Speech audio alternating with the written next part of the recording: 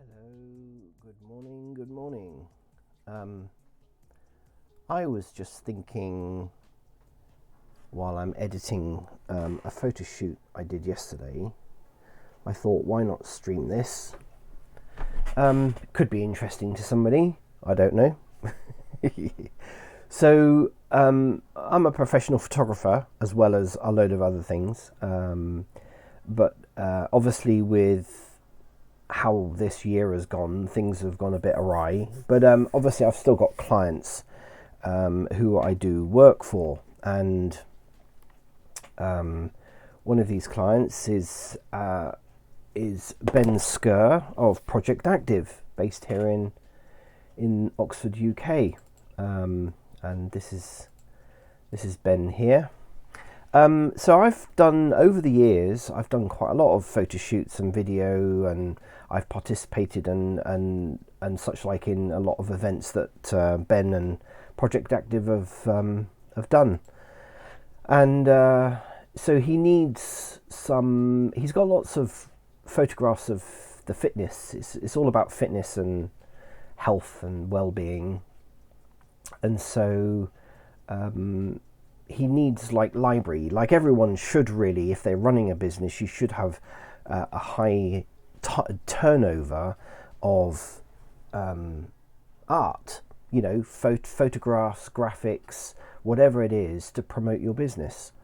And so what Ben does is every now and then he says, I need some more updated photographs, because of course, everyone changes. I do the same for my own business as well, different parts of my business. You need profile pictures, you need some action shots, you need still shots, you need product shots, you need all sorts of things.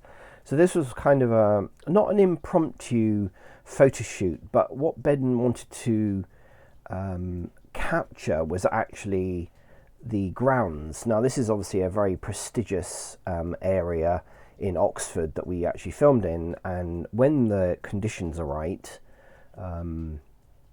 it's absolutely glorious. I mean, it really is glorious place, and it's in Woodstock. So if you know what the name is, I'm not going to say the name because I might get struck off or something. I don't know. But anyway, I mean, I think it's all just free advertising. But anyway, it's in Woodstock in Oxfordshire, and it's a prestigious place. So I'm just going to say that.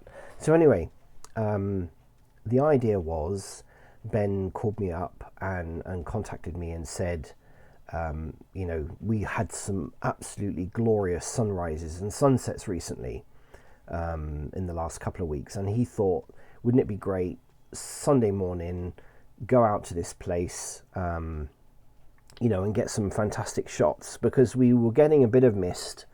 I'm just giving you a bit of a history behind this photo shoot.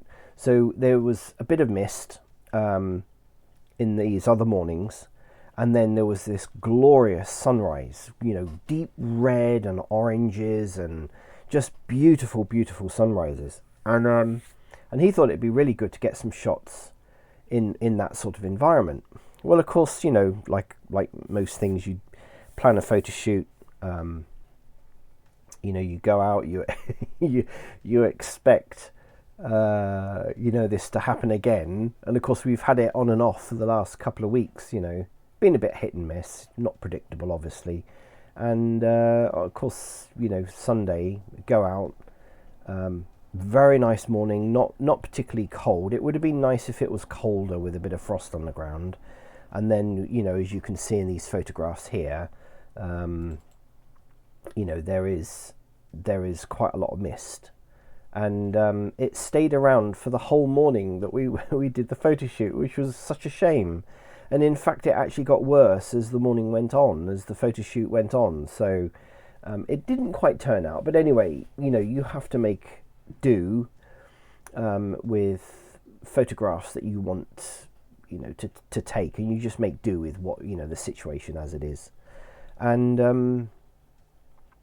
so we shot this. Now, obviously, it was a lot. The photographs that you're seeing here, it was a lot darker than. This was very thick. I mean, obviously, a lot of modern cameras now, they're very good at cutting through And so Ben sort of did his usual sort of fitness stuff. This is all for his own personal profile and his own self-promotion type stuff. And so I think I was working on ISO 1600. This is how low light it was. So it was these were shot ISO 1600 f 4.6 at 50th of a second, and that was what I was working with. It was pretty dull, very quite dark, and obviously being action shots. You've got to try and get, the subject still as you possibly can. I mean, I think I was actually really quite pleasantly surprised how these shots turned out. I mean, you expect to see blur in action shots. You can't have them really static like this one, for instance. I actually really quite like this. I was quite pleased with this particular one, because his upper body is kind of semi-blurred, but you can actually still read the writing, and then obviously his legs, and he's actually up in the air there, which is really quite good. And then of course you've got movement here in the trees, and you expect that to happen because you're dealing with poor lighting conditions, and I mean this one's just over blurred, but at the same time it's an action type of photograph. You expect it to be blurred. If I go back over here. Now this is a static shot. The same... Oh no, we're running at about ISO 800 there, f4.9, 13th of a second, believe it or not. And look at how clear that is. You see the difference with a static shot compared to the same conditions and environment with a moving shot, And all of a sudden we're up to 1600th of a second, 1600 ISO, 4.6 at 30th of a second. And then I thought, no, this is just too blurred. And I just had to keep upping the shutter speed until, and of course there, he's really, really blurred. 1600 ISO, f4.6 at 30th of a second. Ideally, I would like to have shot these in about 100th of a second, if the conditions had turned out the way we expected. But, you can't always work. You can't always wait for the most ideal conditions. So anyway, that's kind of a bit of a backdrop to this. Ben has also redesigned his, and I really like his kit. I love the black and the orange and the greys. That's been his sort of trademark colours, branding colours rather. And I just think it looks really, really nice. I'm definitely buying some so that I can look good when I'm out and about doing some fitness. But so yeah. So what am I doing with these photographs? Well, I've got to try. I am not a fantastic person for over editing and enhancing photographs. I believe that pretty much everything should really be done in camera as much as possible. Switch Susie off here. Okay, we don't need Susie as a distraction. So yeah, I'm not a great fan of over editing. I think a lot of people now over edit photographs. They apply too many filters and it just looks edited. I have always believed that if a photograph just looks good, you can slightly enhance it, and I'm going to be talking how I actually enhance. I was, when in the early days, the early days of digital, let's say, I've been using a Photoshop from like version 2 point something. I went all the way up to the last version that they produced before they went over to this cloud thing, and then, like me and many hundreds of thousands of other photographers, just stopped using Photoshop because I just absolutely refuse not to have a piece of software that you own anymore. And so I have always used this app that is called AC/DC. And now I've been using AC/DC for, again, pretty much as long as it's been released. And it was released way back in the 90s, I think, somewhere. And I've used it ever since. And I've always used Photoshop and AC/DC together. And then there was a program called Lightroom came out. Before Adobe acquired it, there was a program called Lightroom, which was absolutely amazing for raw processing, raw photography. And that was in the days, I mean, I was a pro Canon user for 35 plus years, until Canon just seemed to get stuck in the mud with their development. And then I moved over to Panasonic Lumix GH cameras, which in my opinion, just, amazing cameras. But even with Photoshop, I never, or ever since, even when I was shooting on film and processing film, never was a big fan of over processing anything unless it absolutely needed it. And to be honest with you, if you shoot right and shoot correctly with your camera, you don't need to over edit anything, really. I mean, this is an example. You see, you've got this, there's like, I don't know what this is. There's some sort of grey electrical box down there. Now, if that was really distracting, in fact, I probably will get rid of that because I think it is distracting. I notice it. Most people probably wouldn't notice it. The state of these photographs at the moment is that I have downloaded them and I've just literally started enhancing them a little bit. I always take a couple of sort of environment shots. I mean, that's what we were working with, it's pretty heavy fog, very, very thick. And once you get past over here, and by the end of the photo shoot, actually, you couldn't, we were not that far away. You couldn't even see these trees in the end. It got really quite heavy and quite thick. And I mean, it looks beautiful. I haven't done anything with these photographs. In fact, I quite like them. I might do something with these. So I've just started working on these. Literally all I have done, I use the develop module in AC/DC, and one of the reasons why I like AC/DC, I'll mention something else in a minute. One of the reasons why I like using AC/DC is because it's fast. It is seriously fast. It can do pretty much everything that I ever did on Adobe Photoshop. The only program I buy now is I went back to using PaintShop Pro. I started off with PaintShop Pro, Corel PaintShop Pro. I then moved over to Adobe Photoshop, and then I've gone now back to PaintShop Pro again because again it's an excellent program. But I don't, to be honest with you, for most of my photography work, I don't really use it a huge amount. Not a massive amount. I use AC/DC for pretty much everything now. It's got to a point now where you can do so much with AC/DC that you don't really need to sit there in Photoshop or any other paint program in order to edit photographs, because AC/DC does everything. And I'll go through some of the things here. I mean, on the side here, these are the develop tools. You've got two modules. You've got a develop tool, and then you've got an edit tool. And the edit is a little bit like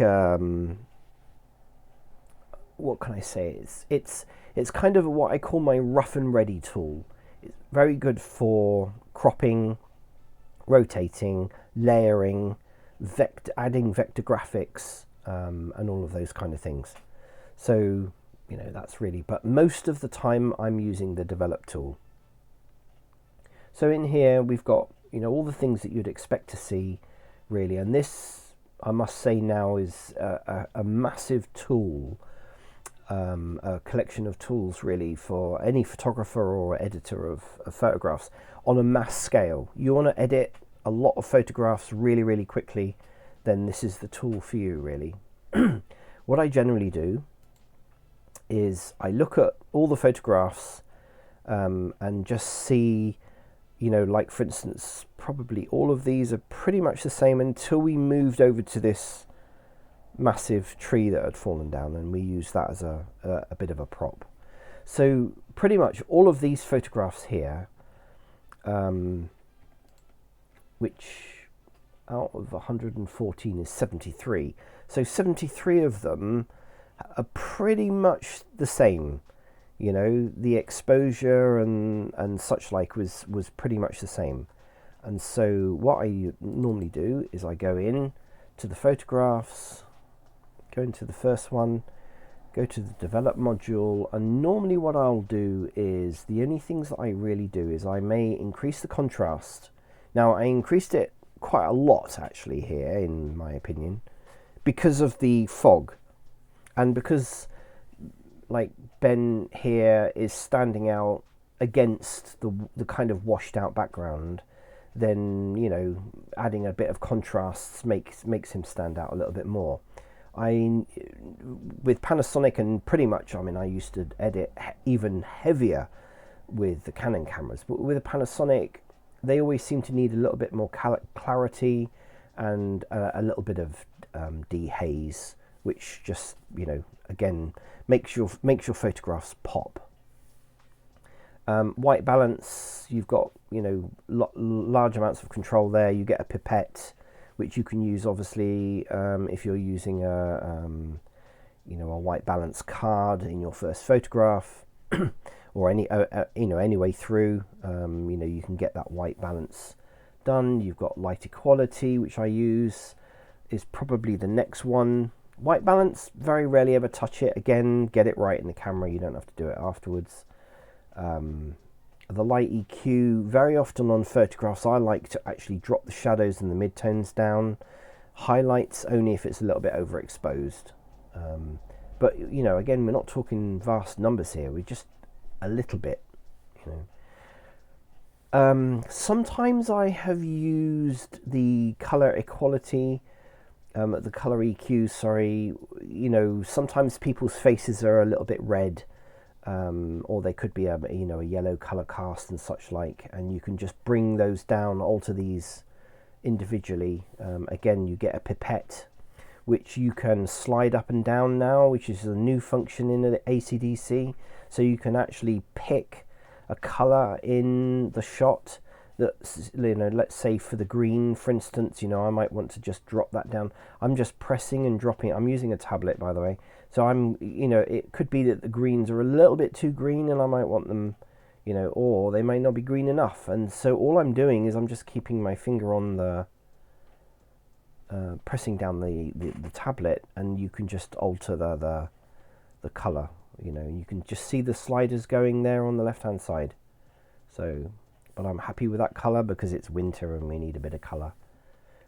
This is an amazing, I haven't really, this is a new function again this year with ACDC. Again, this is another thing I love about the company.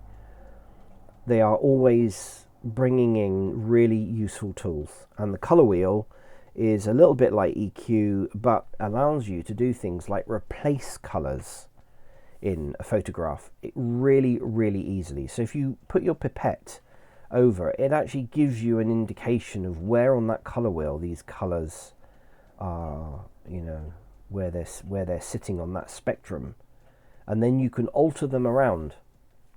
You can widen the, if you like, the bandwidth for that particular color. And, you know, I mean, I could, if you decide you wanted to see what his logo looked like in different colors, I could just literally select that range of colors and replace it with another color extremely easy.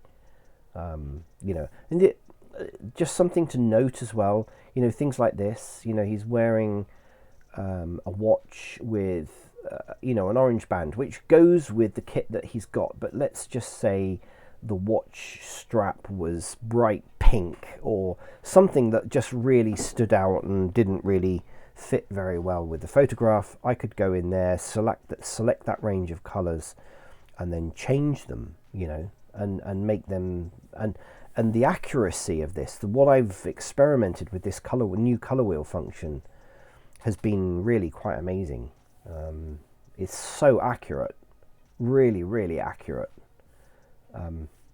We've got tone wheels as well, highlights, midtones and shadows on a color wheel basis. This is all new functionality actually in AC/DC. Again, I very rarely ever have to use any of these things. Tone curves I have used before, because very often, in some, especially for things like wedding photography, you want to try and get that, that spectrum as much as you want, as much data as possible. Again, it depends on what the purpose of the photographs is.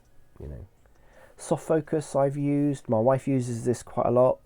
she likes soft focus, and again, it's just so easy. They're all slider controls. We've got photo effects. I don't really ever use these, but you can do things like add grain. Now, in some photographs, that actually looks quite good. For some, like I like shooting black and white, for instance, and adding a bit. I remember the days of ASA 400, 800 film, 1200 film. You got this beautiful grain on the photographs, and it does look good actually. And so that kind of effect you can add.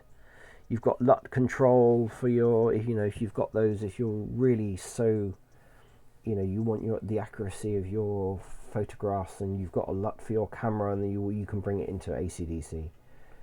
Split toning if you're into that kind of thing. And then this is an interesting one, post cropping, vignetting. This is actually quite good because you can actually add this to a photograph, so you can lighten or darken a vignette. I don't generally use this as a rule of thumb, but in cases where I've got photographs that would benefit from a vignette, it does actually look quite good, and you can control the level of it as well. So you can control the feathering, and sometimes on a camera you will get that effect because of you're using such a wide angle camera, and so you may want to get rid of it. So if you get that kind of vignette, very, very easy to get rid of. Just literally slide the slider over and away you go. The vignette is gone. So other tab, we've got detail, where you can sharpen and reduce noise. You can adjust the skin tone, and you've got chromatic aberration. This isn't really used. I haven't used this actually a lot. I used to use this a lot when I had Canon cameras, because there was chromatic aberration was just an awful thing on Canon cameras. I don't know why, but they just seem to have. But on the Panasonic, just don't seem to get it. You can see when you zoom in. I don't know whether you can see that there, but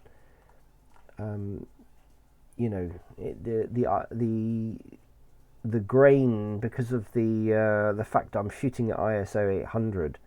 But then these photographs are not going to be looked at close up. So, but yeah, you can pretty much adjust the amount of sharpening. You can add masks and threshold detail and all that kind of stuff. Noise reduction is usually quite good, very accurate.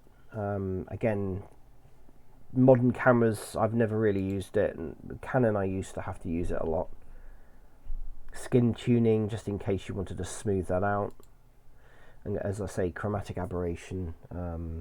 Usually on cheaper compact cameras, and obviously mobile phones suffer from that.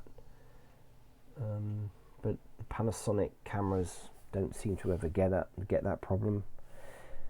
Geometry. Now, this is an amazing tool in here. You can actually load lens profiles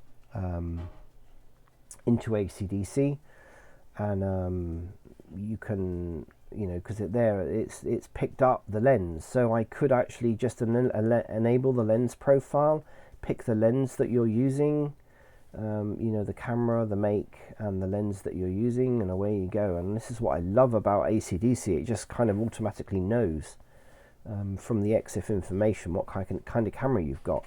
And you can do things like correct, pin cushioning effect and skewing and all that kind of thing. You can obviously rotate and straighten. You can adjust the perspective, of photographs. It's an amazing, amazing tool. AC/DC, very easy to use, and then you can just click on that to get rid of it. Cropping, obviously, you know, that's really, really good. And then you've got vignette correction again. And then you've got an option here to repair and heal, clone. Again, just like you do in Photoshop. So for instance, the healing is very, very good on AC/DC. You can obviously adjust the width, size. And I've got this blade of grass, you know, here. I mean, if that was an obstruction, just literally, oops, right, so I need to right hand click somewhere and then boom, gone. Always good, like you do in even Photoshop, you know, boom, it's just gone. You know, there's another little blade of grass down the bottom here. You know, right hand click somewhere and you just boom, gone. It's amazing. It's an amazing piece of software. Can't recommend it enough. Anyway, so I've made all my adjustments. Let's say I look at all my photographs and I think, okay, they all need. I mean, obviously, this comes from experience. Most photographs need clarity and dehaze, a little bit of contrast, a little bit more than normal because, you know, the fog area. If they all need white balancing, which very rarely I ever use, and I usually just adjust the light EQ a little bit, and then you apply that to this first photograph. What I can do now is I can right hand click on that photograph, go up to process and copy all of the settings that I've just made. I can tick or whatever, but I mean, generally speaking, I just leave all this. I just leave all that ticked. You can be very, very specific about what you want to copy, the developed settings. So you can just say, okay, I want to copy absolutely everything. You might not want to, you know, you may crop one photograph or something, but you don't want that same crop on every single photograph. Or maybe you do. So you might untick the cropping, and then you can click on OK, and it's copied all the settings that I've applied to this photograph in the develop module. I can now right hand click, select all of the photographs that I want to apply those settings to, all of them, right hand click, process, and then hit paste. I'm not going to do it because I've already done it, and it will go and process all of those photographs one after the other you've just selected. I mean, you know, that's the majority of your work is already done. You know, all the basis of your editing is already done. So I've already done that. I've already done that on here at the moment, and so I've sort of applied everything, you know, that I really need. So for instance, you see, I find that actually quite distracting, so I might go into the develop. On here, I want to go into repair. I want to heal that. Let's knock that down a little bit. Okay, and I'm just going to go boing. Let's go the other side. Boing. Gone. And that's it. I can then move on to the next photograph. It applies the changes and just then goes over to the next photograph. And yes, that is slightly annoying. So I right hand click. Boom. It's gone. Go back on that one. I screwed that up. I might need to zoom in a bit, I think. Right, okay, let's do that again. Right hand click. Boom.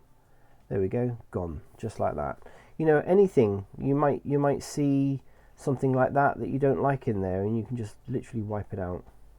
You know, there might be something down here. You know, we could get rid of that, for instance. You know, for whatever reason, and I find the algorithm that it uses, and you can just keep going over it, and it will just reorganize until it's disappeared. You can actually, you know, this tree kind of irritates me a little bit, but I'm not going to go through and edit it. It's not sticking out of his head or anything. And then I can go on to the next. You know. The only thing that I have done with this particular photograph, for instance, was I went into the tune module. You can actually, I will do this on maybe another photograph. Actually, I'll demonstrate it on another photograph. rather than showing you what I've done on here. So I've just gone through here. Some of these needed some more than others. You know, I don't think that's a workable photograph, to be honest, but you know, he was quite happy the fact that there was some blurring in there. So this one I quite like. This to me is the perfect action shot photograph under the conditions we're at. You know, it's promoting his business. He's actually, you can see who it is, but there's also blur in the photograph, and enough that it, you know, that it's movement. So I think that's a doable shot. This one kind of is probably a little bit too blurred. Obviously, the nearer he was coming, and that's actually quite a good shot. I like this one as well. So I've kind of done as much as I really wanted to do on all of these.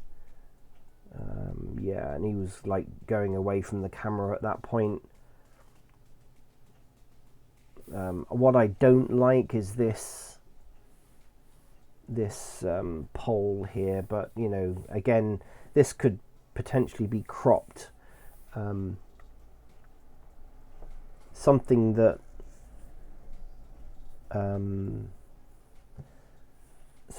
Ben uses his photographs for his Facebook and social media, and so you know, he likes to like put inspirational quotes and things, and that's probably what some of these photographs will be used for. I don't think that's a workable shot. That one I don't think is really a very workable shot, but we'll leave it in there anyway. You may or may not want to use it. Now this is actually quite a good shot. Again, you know, we've got his Project Active quite clear. We can see his logo. You know, it is an action shot because he's kind of blurred. But my only real thing is that his face is a bit blurred. Okay. So the only things that what I've been doing on some of these shots is actually just we can use a thing, develop brush. You get a different set of tools. This again is just such an amazing little tool. So this is what I do. The background and everything, you know, I might get rid of this. This potentially looks like a piece of tissue paper or something. I don't know. But what I'm going to do is I'm going to select the areas that I want to change. So I just go round, and I will apply it to all of him because otherwise it looks a little bit odd.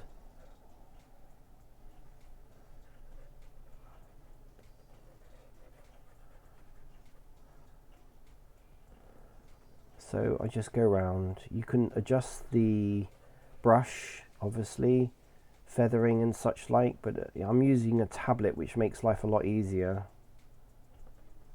for selecting. You don't have to be too accurate, but if you don't have enough feathering, what tends to happen is that it then looks like it's edited, and it starts beginning to look a little bit too much. And that's why one of my philosophies is don't overdo editing. I see so many people now editing photographs, and they look so edited. You can just tell that they're edited. You don't need to do it. And unfortunately, we have students.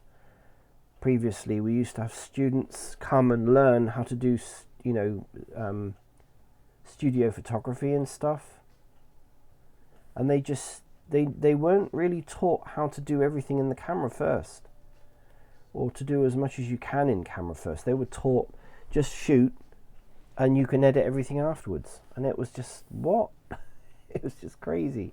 So obviously this is the area that I've now highlighted, the area that I want to affect on this shot. What I normally do now is I just go in and increase the clarity. I can increase maybe the contrast a little bit. Yeah, that's actually tidied that up enough. That's enough, and he's now beginning to stand out. And my only other thing that I might do is on the details side. I might just go in and I just want to sharpen up his face just a tad. So I'm just going to work on that bit. And then I'm going to go through and actually increase the amount of sharpening.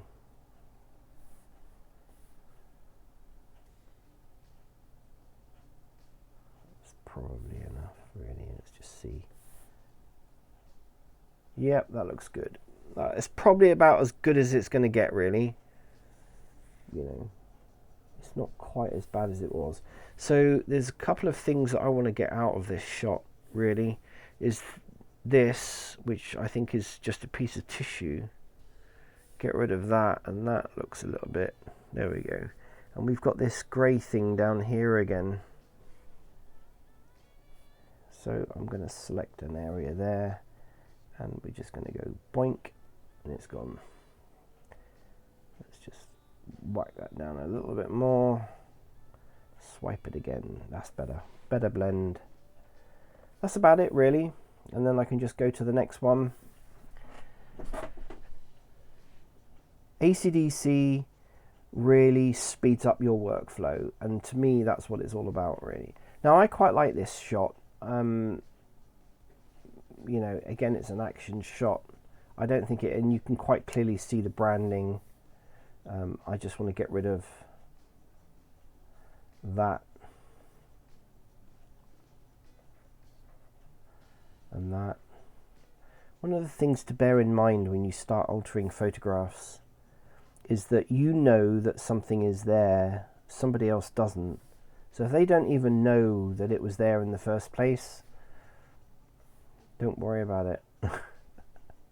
Because they're never going to know that it was there. I don't know quite what that is. But anyway, I'm quite happy with that one. Again, he's got movement here.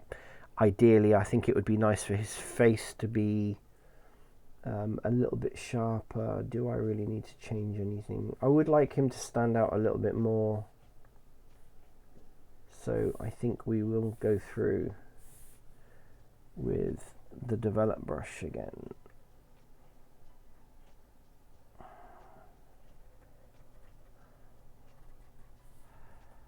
You can go through.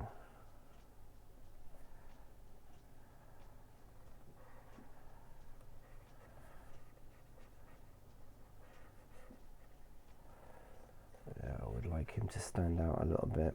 And while I was actually doing this photo shoot, I had to keep changing the settings on my camera because the light was changing. Obviously, it's morning, very early morning. It's 7 o'clock.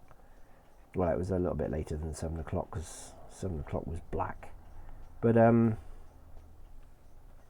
yeah, the light kept changing, and which kind of didn't help matters really. So all I'm going to do is let's go up to about there on. Yeah, maybe a little bit too much. Yeah, it's better.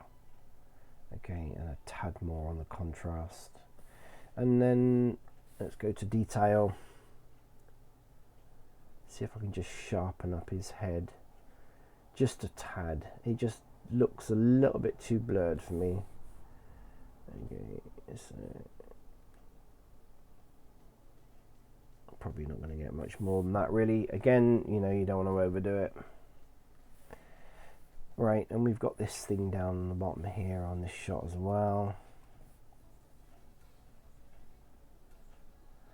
There we go. Let's get rid of that. I don't know what that is. You know, it's just minor detail really. Okay, let's go to the next one. Anybody got any questions? Let's have a look. Ooh.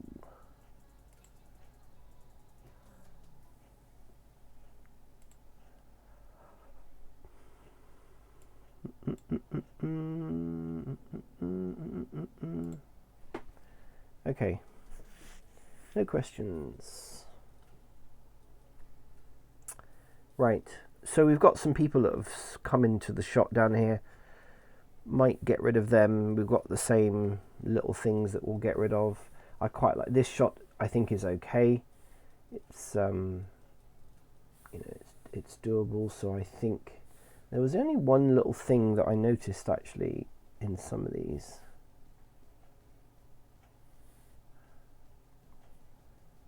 So I might just get rid of that bit there. Okay, do I get rid of the people down the bottom here? Let's see what it looks like if I get rid of them.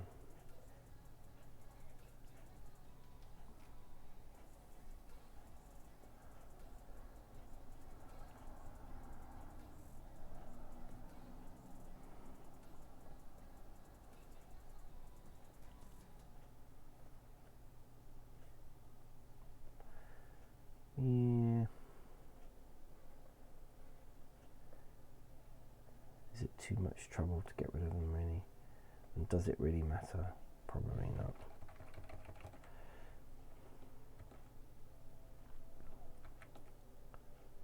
Could leave them there, really. This I do find distracting. People are alright, but objects like that, which are, you know, in a sort of a natural environment, just look a little bit odd. So that's quite good.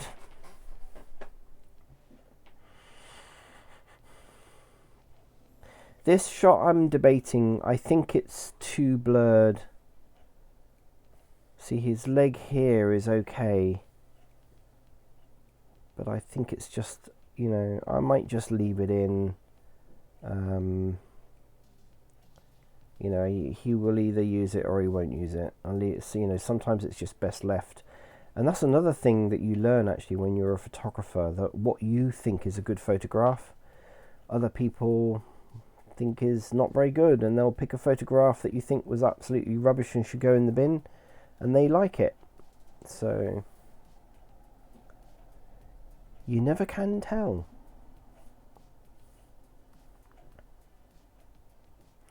Yeah, again, I think this is a kind of a, you know, to me is a throwaway shot, but let's just get rid of this silver thing here. I find it quite irritating. There we go. Let's just sample an area there. There we go. That's fine. Don't need to do too much with that one. Again, I think that's another shot that's a little bit questionable.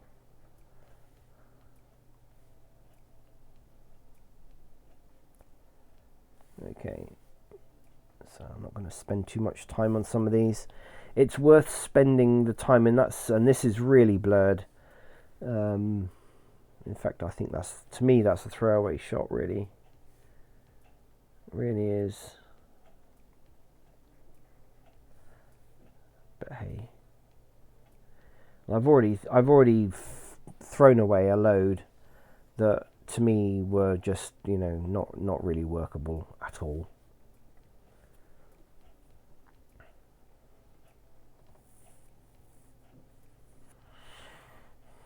Yeah, because I think I was just shooting to try, and I just knew because of the slow shutter speed that a lot of these were going to be blurred.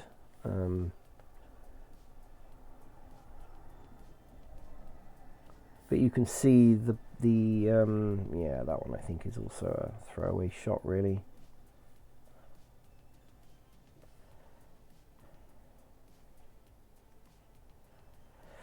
Just get rid of that. But you can kind of get a sense of how fast I'm editing these photographs. You know, yes, they are all slightly similar, but even so, very quick and easy to edit edit the shots that, you know, this type of thing. Obviously, if this was a you know, a photo shoot, as in a portrait photo shoot, you might have to spend a little bit more time. Let's just get rid of that. Come on. There we go.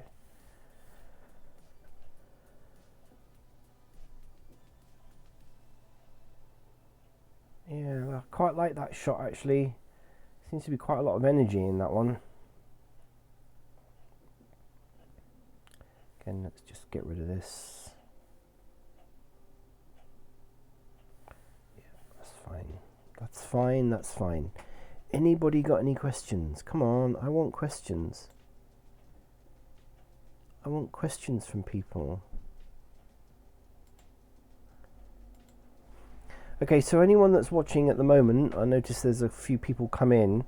I'm just editing a photo shoot that I did yesterday, actually, in a place in Woodstock, a very prestigious place in Oxford, the Grounds. And I've just been talking through how I go through and select, and I'm using a program called ACDC. I used to be a big Photoshop user and Lightroom user, and I no longer, when they went subscription based, I just stopped using them. I've been a photographer, professional photographer, since 1981, believe it or not. And of course, you know, over the years, my wife and I have noticed that our, you know, photography business has it's gone down. It's gone down with the advent, and it's not a complaint, but this is just the way technology changes, isn't it? And everyone's doing things on mobile phones, and everyone can go out and buy a DSLR now. And you know, we're finding that our business has changed over the years.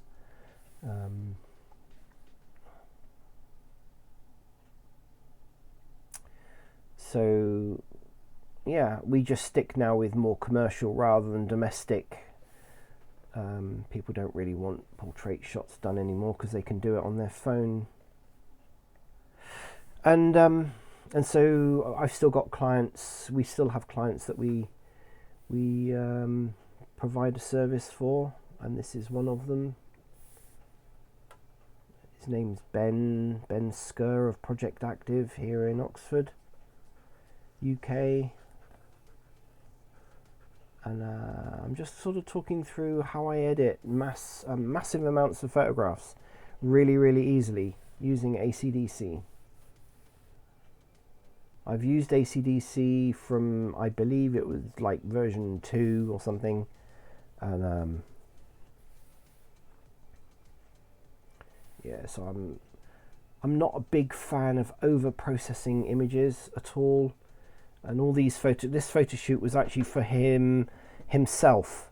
His marketing person basically said, "You haven't had any more, you know, recent up." I think the last photo shoot I did with Ben, you know, for this kind of shoot was probably 3 years ago, and so he needs more updated photographs, a library that he can use for his social media and stuff.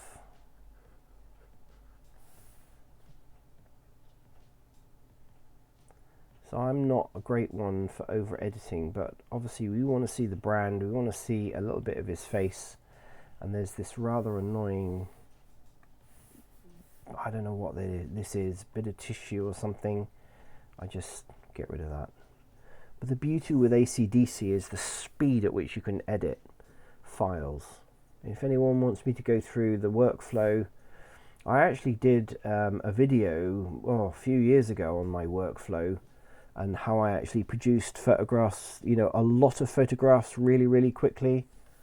And I've probably still got that video kicking around somewhere.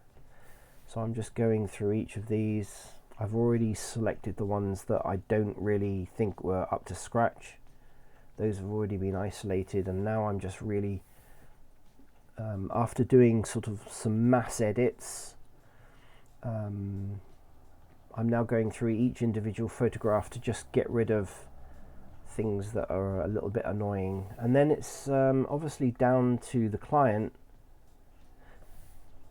to pick the photographs. So I give the client all the photographs. I'm just really just selecting we want movement in this. This is a sports guy. You know, we need movement in there. So all I'm doing is I'm just upping the clarity a little bit more, just to give it a little bit more oomph. Yeah, that's good. You don't want completely static shots.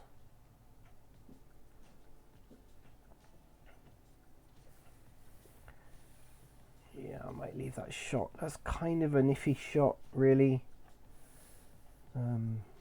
Let's just get rid of this.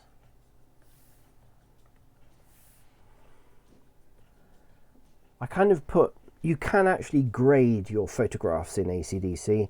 You know, I think you've got 5 different levels, and you can put down ones that you absolutely like, they are the number one shots, and then they can go all the way down to the lower end. And I've always had sort of a three-tier system for photographs, really. It's either a really good shot, it's a mediocre shot, or it's just one that you pin. Or maybe really good shots, mediocre shot, you know, usable shots, let's say, and then mediocre, and then bin. So, but I make that choice really, really quickly using ACDC. I just get rid of the ones that I think not going to waste my time editing. You know, they didn't come out very well. I quite like this one as well. So what we might do here, actually, let's just, I actually quite like the clarity slider on this, in the develop. It doesn't over sharpen things, but it just provides that little bit more clarity in areas that you want. So we're kind of focusing on this bit here because these are his personal shots. So yeah, you see, that makes it look, it doesn't over sharpen anything, but it just gives that little bit more clarity to the shot.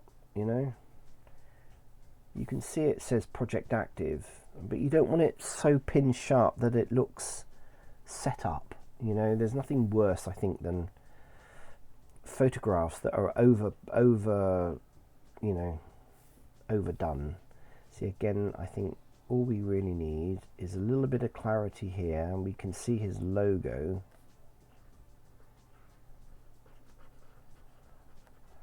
And then we just up the clarity. That's good. Yeah, that's enough. And then we go back and we want to get rid of this.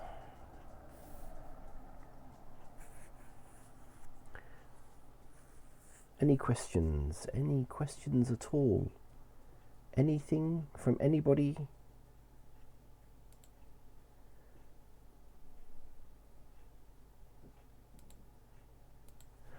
Nope. Okay. Right, so here's a shot which I think is really good, but his lower body is more in focus than his upper body, probably because his upper body was moving more. And had this been a posed shot, now I don't like posed shots. They look too false. He's you know, he's a fitness and wellness chap, and you know, he doesn't stay still. So we just get rid of that. What I would like to do is to add some clarity to the top, but we're going to have to use some sharpness here. So I tell you what I want to do. I'm just going to focus on his head and his chest area because the rest of it doesn't really matter. Let's just increase the clarity.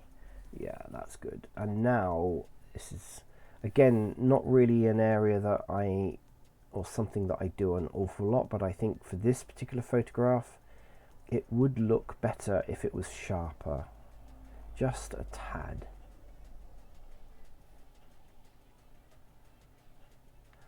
And I think there's several of these shots that I would focus on. So I normally take that off and then just increase the sharpness until, now sometimes it does work and other times it may not work. So yeah, we're doing good. Look at that. Now that, I think, yeah, that's a little bit too much. So let's just lower that down. That's perfect. That's fine. That's probably a little bit too much. Yeah, okay. You know, he is moving. And there we go. We move on to the next one.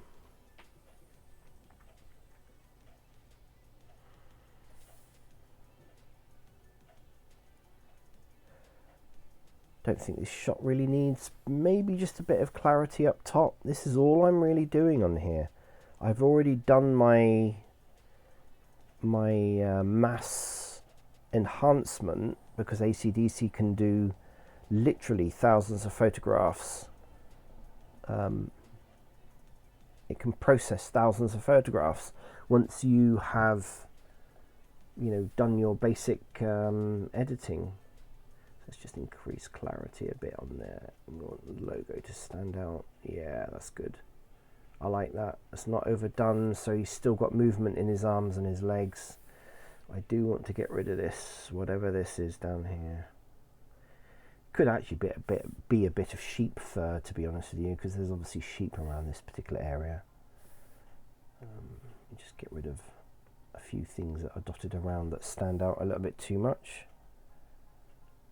Yeah. Okay, that's good. Let's move on to the next one. This is also a good shot, I think. Again, we've got movement here, so while we're in the repair module, let's get rid of that. There we go. It's just less distraction down around that area. I don't know whether there are any Photoshop users here, but the clone tool that you used to use in Photoshop? Oh, it was awful. It was really awful. I used to hate using it. It worked, and then I think with version 6 they came out with a slightly better kind of, almost like a magic eraser thing, which it did kind of work, but it left a lot of things to be desired, really. I'm going to increase the clarity a little bit. We can see his logo there, which is good.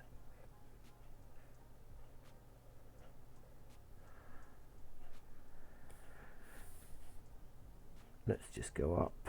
Yeah, now we're going to play with just sharpen it very slightly, not overdoing it.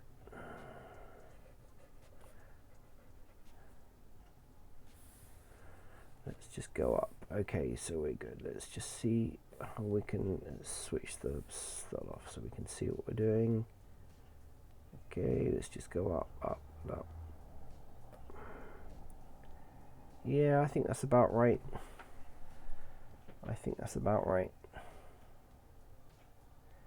Maybe a little bit down.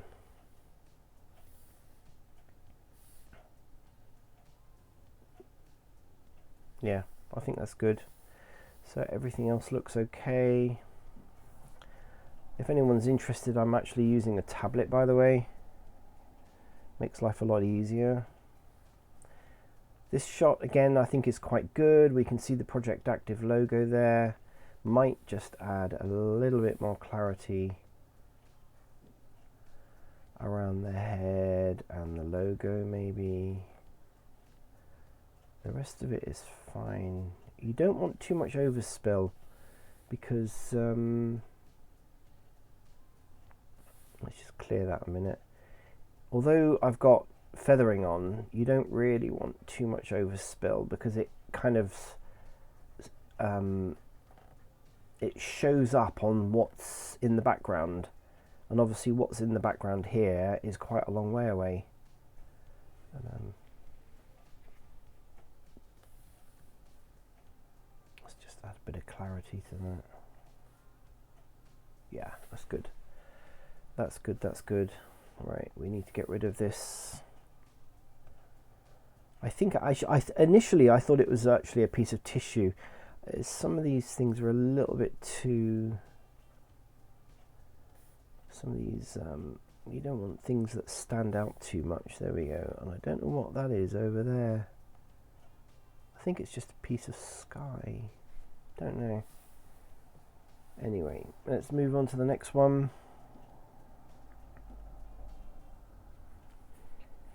Again, I quite like this shot. I don't think it needs an awful lot doing to it. Just maybe increase the clarity a little bit. We can just pop these little... Okay, so I just think I just think a bit of clarity around there, it will be fine. Just make the logo stand out a bit.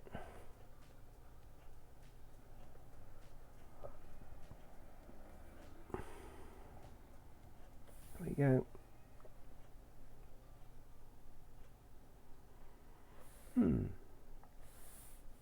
A tiny bit of sharpening.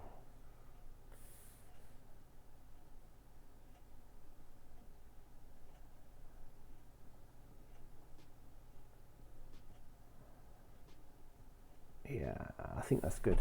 I think that's good. I do notice actually a lot now that people over-process their photographs, and it's not really very good to over-process photographs. Anybody got any questions? This shot I think is quite good as well. I like it. We've got movement obviously here, and you know, his face is pretty much fine. I might just do a very small bit of sharpening on his face there. Again, a little goes a long way in my opinion.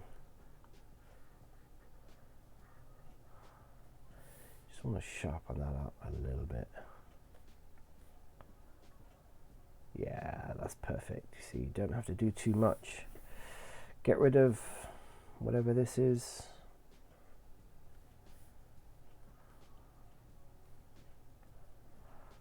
Get rid of those little bits. Yep, that's good. Let's move on to the next one.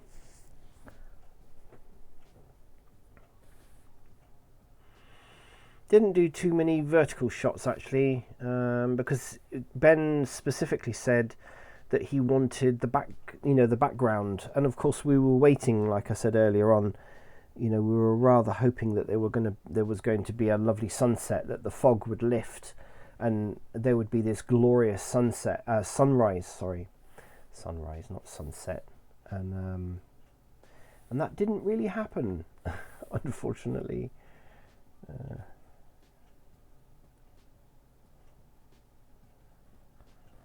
So I think this one, yeah, we've got a nice bit of movement. Again, I might just focus on the upper body, because we want the logo to stand out, and just might add some clarity to that. I think is yeah, there we go. You see, that makes it pop a little bit. That's really quite good. Might be a couple of little bits for repairing down the bottom here. That's about it really. Not going to do too much more on that. Next. Again, I like this shot. I really like this shot. Let's get rid of that. But it doesn't need an awful lot more than I've already done. So I think again, I'm just going to add a bit of clarity to this. We can see his logo. I might just add that. Okay, just add a bit of clarity. Probably don't. Yeah, he is moving.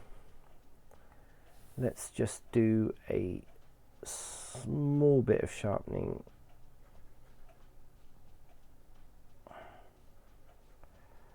Let's do the logo.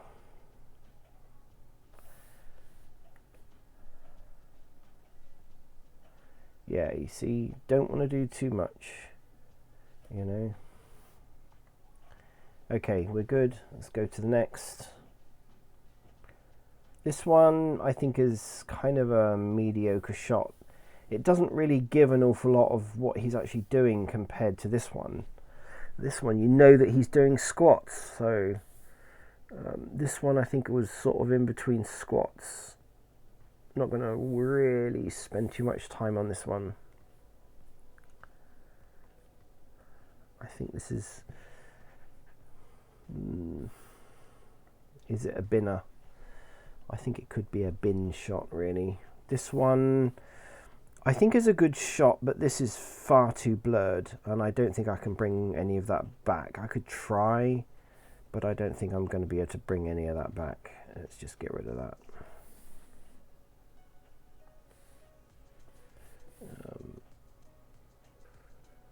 I think it's just literally too blurred. The light was, I mean, if we look at, I'm running now at ISO 2000, 50th of a second to f4.7. So, you know, we were really pushing and being action. If it was static shots, this would have been, you know, I would have been able to shoot it at 800 ISO. Wouldn't have been a problem. Maybe even 400. And I would have been able to gone down to about 15th of a second. You know, at f4, that wouldn't have been a problem if they were static shots, but they're not, they're action shots. I don't think sharpening this up is going to make it look any better, to be honest. I think this is actually a shot for the bin.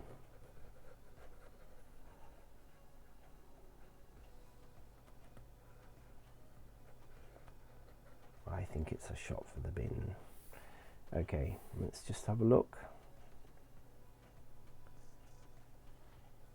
Can we increase that now?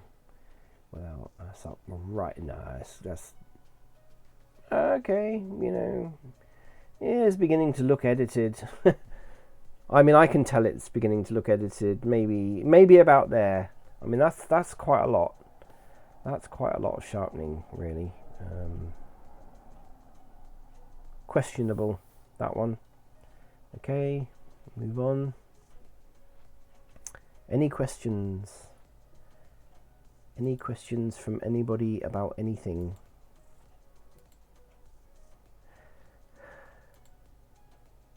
Got lots of people watching. If you're watching, do ask questions. If you want me to talk about how I process my workflow on images, then do ask questions. This one I think is editable. I think this is, you know, again, it's an action shot. He's kind of still doing squats, I believe. Although this is not really standing out too much now anyway, that little thing. So I think what I'm going to do is literally, let's just add a bit of clarity, because we want to see his logo, and that's the thing. These are personal social media shots, right? And I know that he'll want me to probably do some client shots as well coming up, although he tends to do those himself, because obviously I can't get out and about where he is very often. You know, when the lighting's nice and whatever, it's not always possible to get out there. Sorry, if I switch the brush strokes on, you can see what I'm doing. I just get used to knowing, you know, using this program for so many years.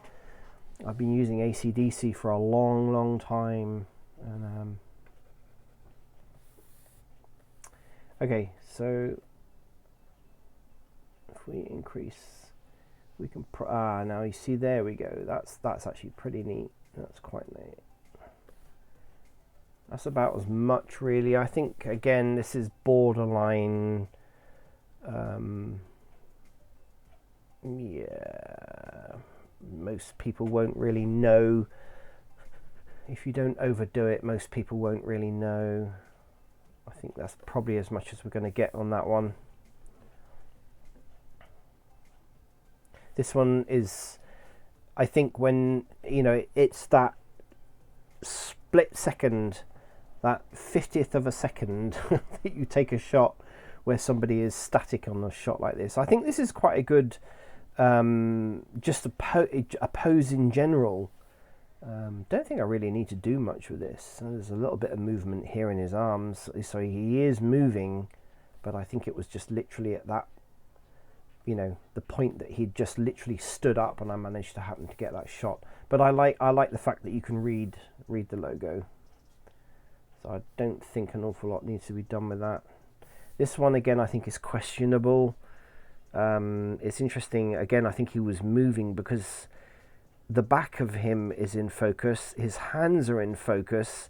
So this has to be blur caused by movement. And if we look at it close up here, it's yeah, you know, and you can see I'm running here at ISO 2000 because the light was just going down. And if you've watched these photographs from the beginning, you can actually see there is more fog coming in here. We're rather hoping it was going to go the other way, but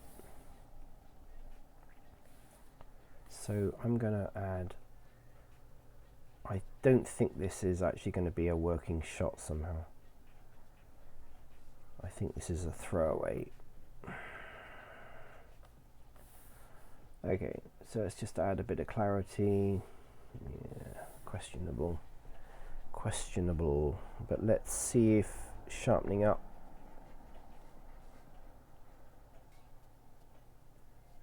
will make any difference. It may or may not. It may or may not make a difference. Okay, let's just add a little bit of sharpness. No. It's kind of brought his arms back in. The logo on his arms. It's movement. So okay, it's brought back a little bit. Yeah, it's doable. That's doable. Let's just get rid of that there. Might as well make it consistent. Next. That one I don't think it needs anything. Just get rid of that. Again, I think it was at that point where he was just in between squats. Yeah. This might be a better one than the other one we just did. So let's just go in.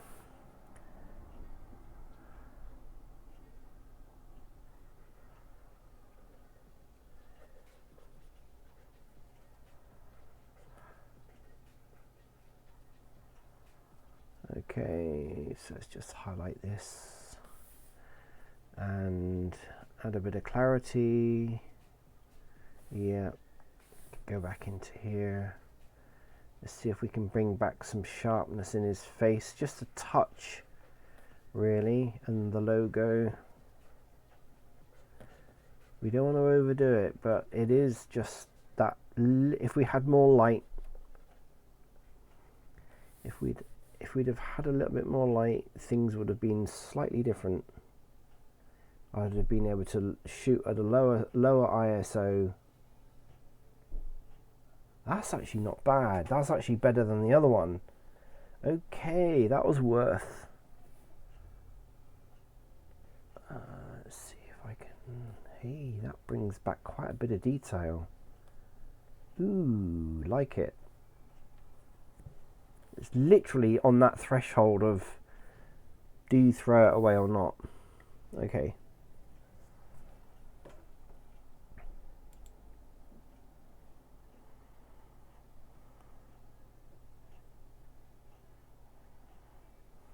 Anybody got any questions?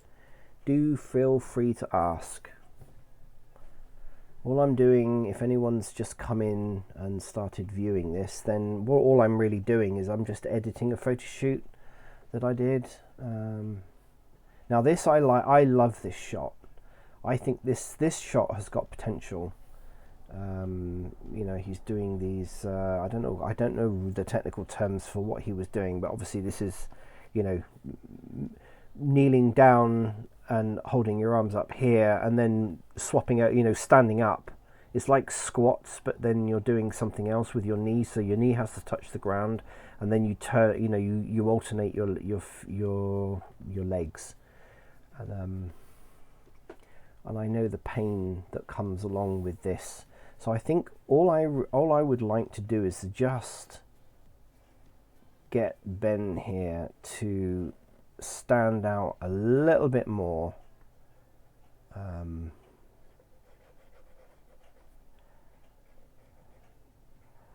I don't want to overdo it. I don't like overdoing it. So I think that is fine. We want to see, yeah, that's good.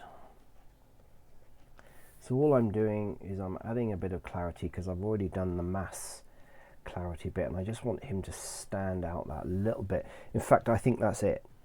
That is it. Don't really want to overdo this because I think this is a good shot. It has not been cropped yet. So I think on the final part of editing these photographs, I go through and actually crop them so that the composition looks good. And that's probably the only thing that, you know, I would say. Now this one, I think it was where he was in between standing up and going down for the next leg. It's a questionable shot really, because you don't really know what he's doing. The previous shot you kind of knew what he was doing, but then, so all I'm going to do is add some clarity. I'm only going to go down as far as the shorts because there's no movement here obviously because his foot's on the ground, but there is this one because he's standing up.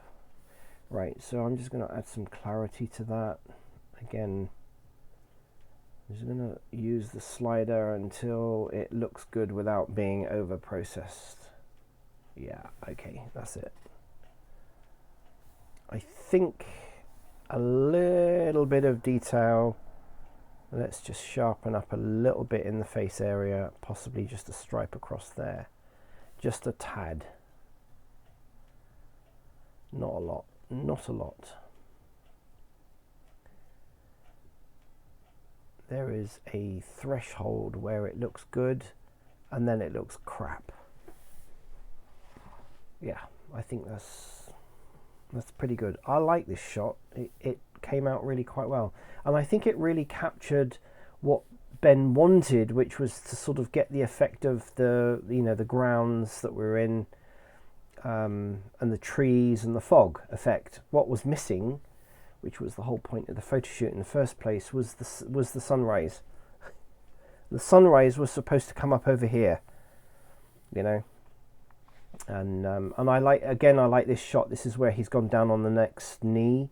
So, you know, those three shots there could be used together. You know, so he's gone down on the right knee there. He's gone up. And then he's gone down on the left knee. Yeah. Again, I'm not going to do an awful lot to this because it doesn't really need it. He's fairly static there. And I like the project active bit.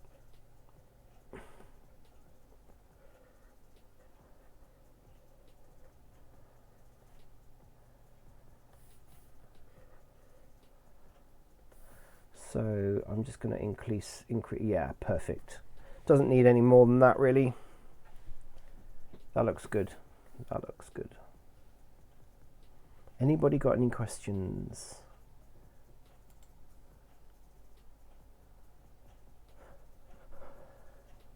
We've got quite a few people following. It's really, really encouraging to see.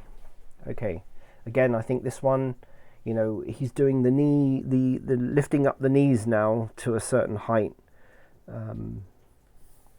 Again, all I'm going to do, I think, is a bit of clarity. I don't think we really need to do much else with this.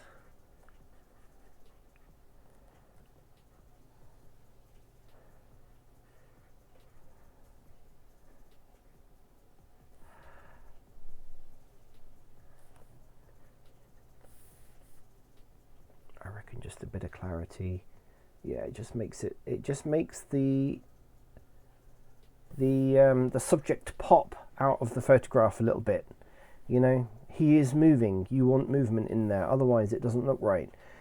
We've got like a bird, I think, over in the thing here, and you got some birds up here, but that one is possibly a little bit distracting. These birds fine, but sometimes they can be just a little bit distracting. There we go. Don't seem to have really much down here that's... Nah. Okay, next. Okay, now I like this shot, but I don't know whether you can see if I zoom in. Can I zoom in? If I zoom in, you'll notice it's slightly blurred, and we're shooting at 200 ISO. My lens is nearly 120mm, and this is f5 at 30th of a second. I think it's a nice shot and possibly worth saving, but we'll see what we can do without it looking too bad. I think this was one of sort of a few that I did, and it's possible that it was me that moved. I don't know. Oh, that one's not that is not a good shot because he's closing his eyes. There we go. So let's go back to this one. Yeah. I'm going to have a go at making this look better because I like the pose and I like the shot, and I suspect that we'll probably crop this shot.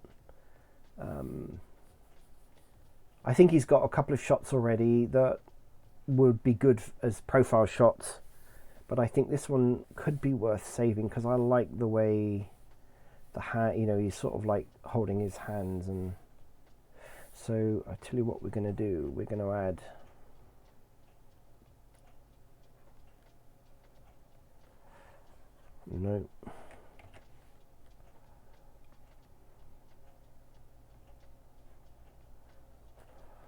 there we go. Let's go around. Let's do it a little bit careful. There we go. Right, so I think we need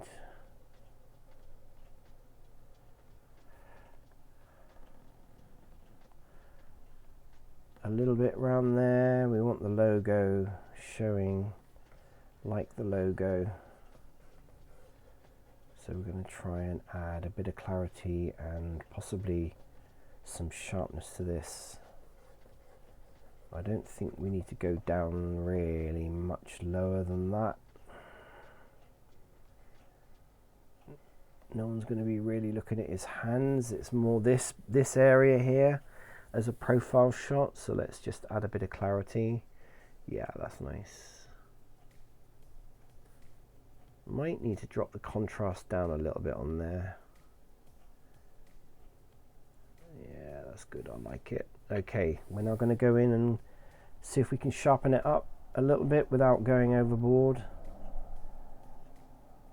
If you've got enough data in your photograph, sharpening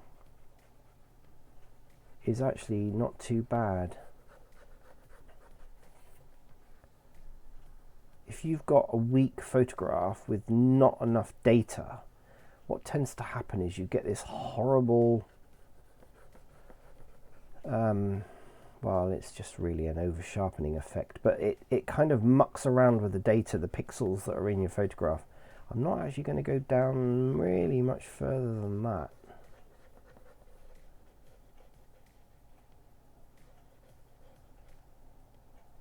I think there's always a level of acceptable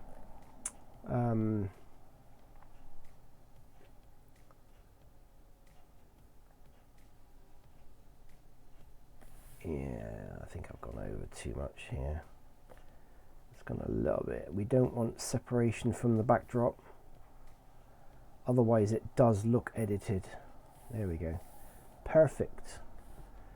Okay, let's just, you don't want to feather too much on your brush, otherwise again you can kind of see it in the photograph and it just looks like it's been edited. Right, let's see what we can do on the sharpening side of things. Ooh, yeah, that's coming in quite nicely. AC/DC's algorithm for sharpening is amazing, and its algorithm for noise is amazing, and chromatic aberrations and such like. It really is. I mean, it's just amazing. It always has been really quite good, but I think technology changes. Okay, I'm not gonna. Let's just push it right to the. Oh no no no no no no. I think that looks okay. It's not brilliant. His eyes and such like are still not. You can tell it's sort of sharpened.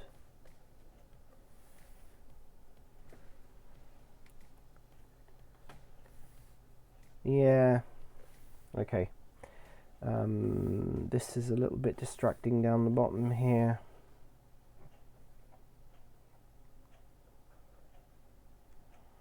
And that's a little bit distracting. It's a bit too bright, you know. You don't want to go around editing too much out of there, but you just don't want too much distraction. I quite like this shot again. Now, the only thing I don't like is obviously, you know, questionable the placement of the hands, but I think as a headshot, this is excellent. I think that's actually, you know, maybe we've got another shot with the Project Active. No, I mean, you can see what it is. Can't really see the P and the R a little bit, but even so, I think as a headshot, this is good. Yeah, they're all pretty much the same. I just zoom in. Don't think we need to really do much with this. I think this could just be for cropping. Again, that, you know, it came out quite well. Static shot, you see. Static shot, static shot. There's a whole body one there if you want it. Now this one, yeah, that one's quite nice. It's just, I think that one is actually better because he's a little bit more relaxed. That one he looks a bit too worried. I think this is a bin shot. But I like the Project Active logo, so let's see what we can do with this. Let's just increase. You could go both ways on this selection. You could select the whole image and then just erase what you want to keep and invert it, or you could go the other way. I prefer to go this way, to be honest, and then if I go over, I just invert it and then bring back or erase the overspill. See, I've gone over there.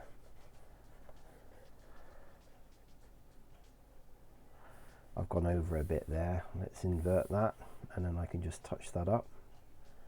We've got a small feather on that you can see. Okay, let's just invert that again. There we go. I'm going to make a huge amount of difference, but okay, so all I'm going to do here is really increase the clarity. It's brought that back. You see, this is an amazing program. Amazing program. I'm going to increase the contrast. Actually, I tell you what I do want to do, because his top is black as in black, the light EQ needs a bit of adjustment. So the darks need darkening, and the midtones maybe, yeah, it's the midtones can be brought down. There we go. Perfect.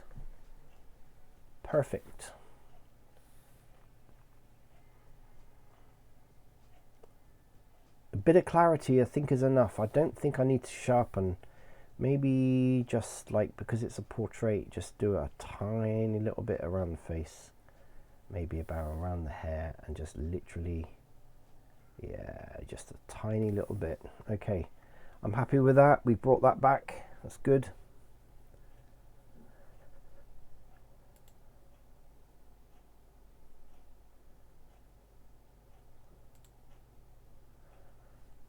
I like this shot. It's more relaxed. Again, I think this will be a cropped, you know, down maybe to the chest area. Keep the logo in there. So this, in my opinion, is worth spending a bit of time recovering.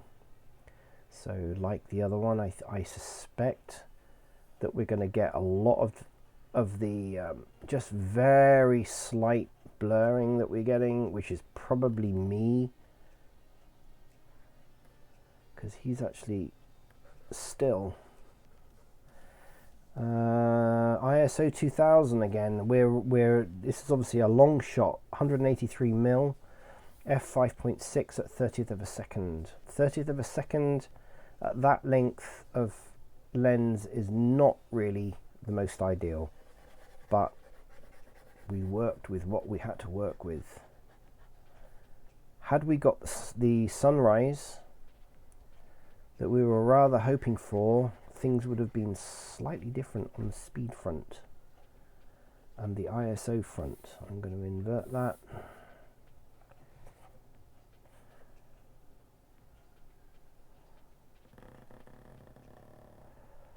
There we go.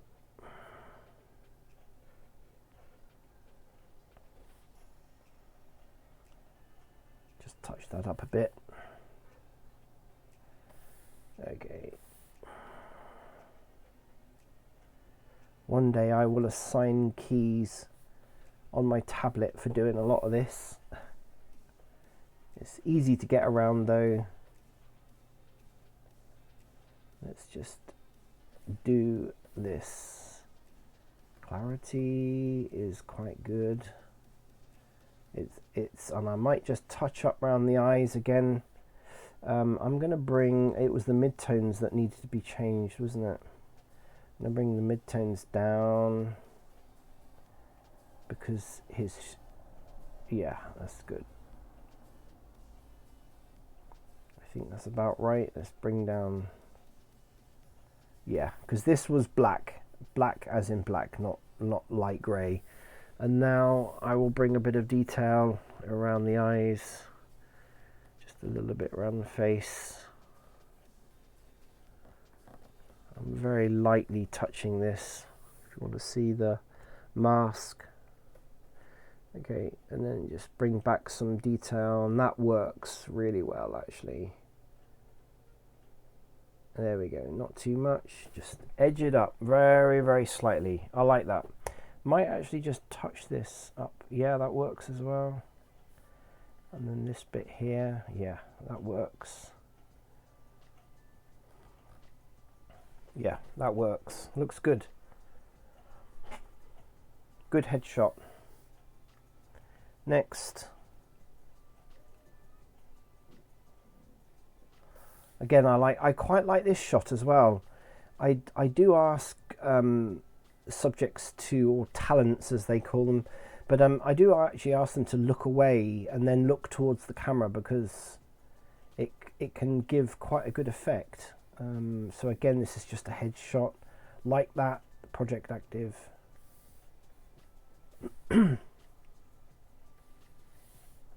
Might just see if we can get away with,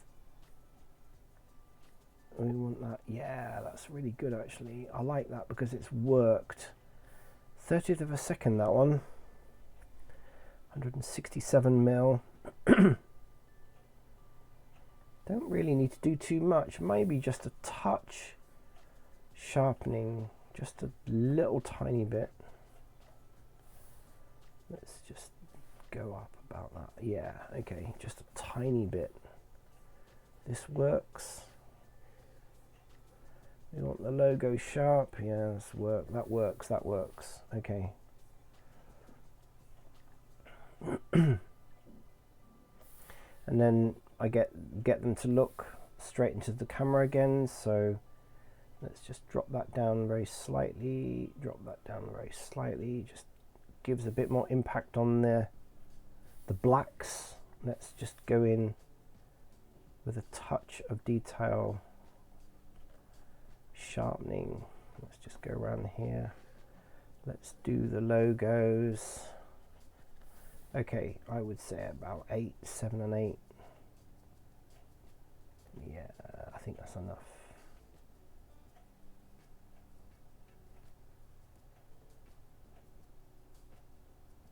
Yeah, okay, that's good. Next. So you can see how quickly we're processing these photographs. You know, we've done the bulk of the work already. I'm going to go back in here. Now that we've kind of got very similar photographs, I kind of know now what, you know, we can just do things even faster. A bit of detail around here. We want the logo. We want this logo. And then we're going to up that to about 9, possibly 11, 14. 14's too much. Yeah, I reckon the same. So that's looking good. You can process photographs really, really quickly with AC/DC. Right, so we're going to drop that. Shadows down, light EQ, midtones, which is really what's making the difference on his shirt color. And then we're just adding a bit of detail to his face and the logo. And we're using about 11. Yeah, perfect. So again, you know, these are going to be cropped.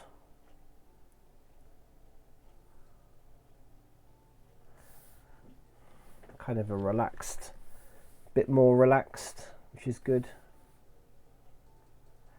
I'm not one for posing people too much, really. Get them in their natural environment, working or relaxing environment, and then try to get as relaxed a shot as you possibly can, which is good. Okay, we're going to go about 11, 12, I would say, on that one. Yeah, that's good.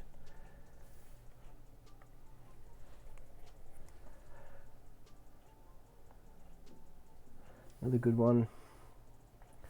So again, you know, the beauty with AC/DC is that once you get into a routine with, you know, a series of photographs that are very similar, it's actually very easy to edit them and make them all look the same. You just go over the areas that you want and then apply the settings, and you can tweak them. Yeah, okay, that's good. Next.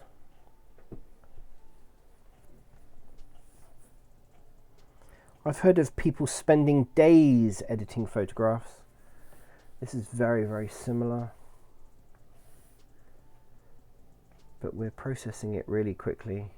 There we go. In fact, actually, I think this could be almost, yeah, this is just slightly soft. Yeah, I've heard of people spending days. The worst thing I ever heard was someone who had their wedding album done. And the photographer, you know, took a lot of photographs. It was an Indian wedding. And it was Indian weddings go over several days, and of course, you know, the photographer's he's going to take a lot of photographs, and you know, the person that I was talking to paid quite a lot of money. I mean, it was a lot, in my opinion, was a lot of money. But obviously, you know, the guy took some excellent photographs and whatever. He spent a year editing their wedding album. They had to wait over a year to see their wedding album. Yeah, I think we've got quite a lot of this very similar shots. But I've heard people, you know, I've heard of photographers in the past spending weeks and weeks editing photographs, and they're doing each individual photograph in Photoshop. And it's just mind-blowingly boring to do that kind of thing. This is what I like about using AC/DC. You can get pretty much the same results. Okay, we're now working on a different... So here we had a different lighting, you know, different surroundings, different environment, just to get some slightly different sort of shots to If anybody's got any questions, do please ask a question, because I'm just going to keep editing away and talking about this. So we've got a different environment. I think this next, let me just have a look. So if we go back to the image manager, so all of these shots here were all done in one particular area. Okay, and I think they all look pretty consistent. Yeah, and now we sort of moved on the other side of this little hill, and there was a tree that had been felled. And yeah, we've got some slightly different shots. And then we've got some of his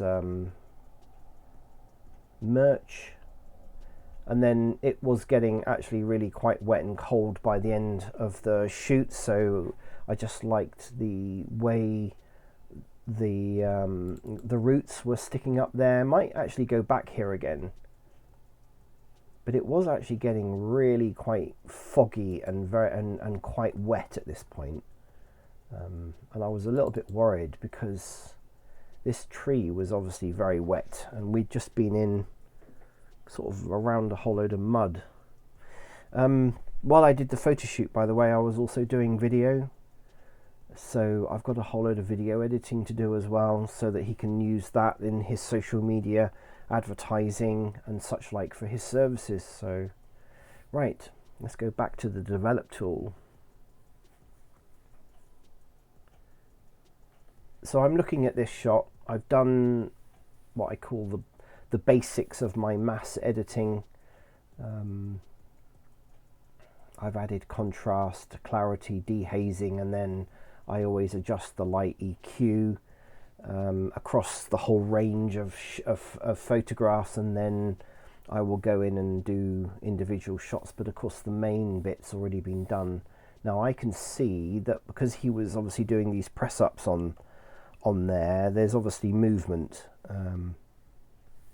So I think the shot overall needs a bit more.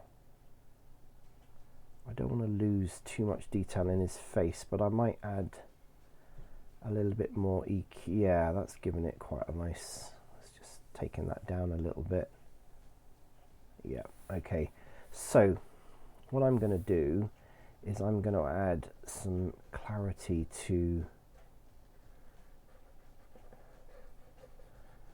he's got his kind of jacket on there.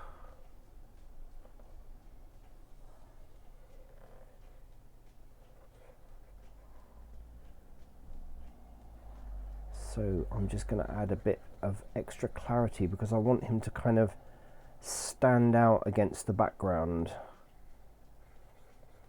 a little bit more. His legs are going to be more static than his upper body, so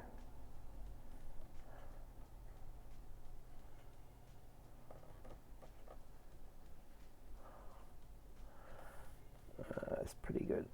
That's pretty good. Let's just go a little bit closer there.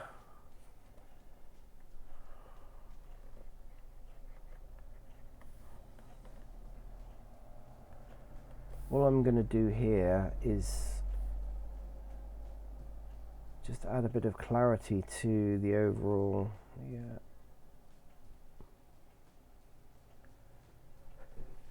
Yeah, that's good. And now I think this photograph would benefit from. Now the reason why you want to highlight, why am I highlighting this rather than sharpening the whole picture, which I could quite easily do. The reason is I don't really care too much for what the tree, and it's more to make him pop out of the photograph more, because that's what the photograph is about. And so you just focus on the subject popping out of the photograph more than the surroundings.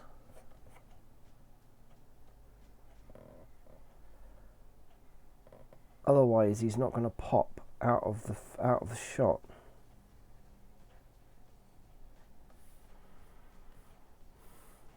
I think I might just tweak this a bit.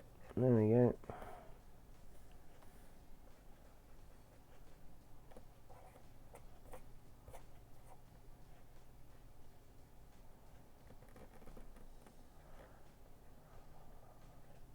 And the reason why we do this like fine detail bit is because otherwise it looks edited, and you don't want it to look edited as much as possible. Right, so what we're going to do now is turn the masking off, and we should get back some of that detail. There we go. That's it. That's as much as I really want to go. Again, we're shooting at ISO 2000, which is just kind of crazy, really. Shooting at f4.4, 60th of a second. Yeah, so he pops out compared to if we show the original. Can't do that with a pen. Right, so that's the original, that's after. Original, after.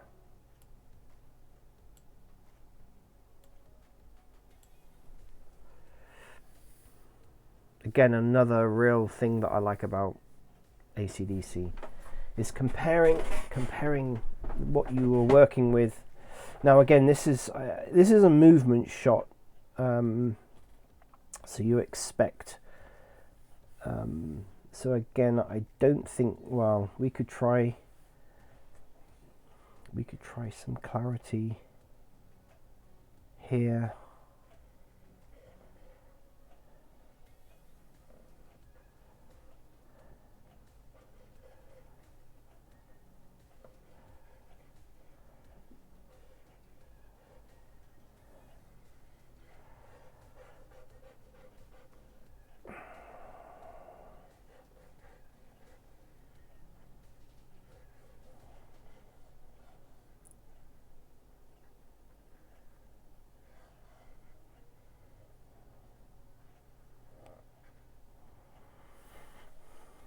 Okay, I just want to tidy this up a little bit.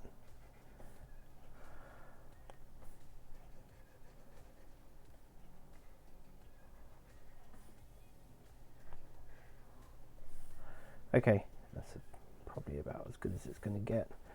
Okay, so let's just increase the clarity. Yeah, so it's made him stand out a little bit more. And now we want detail. Shame I can't use the same mask. I've not found a way of saving the mask. You know, if I could save the mask that I've created for this one and bring that over to the detail, that would be amazing.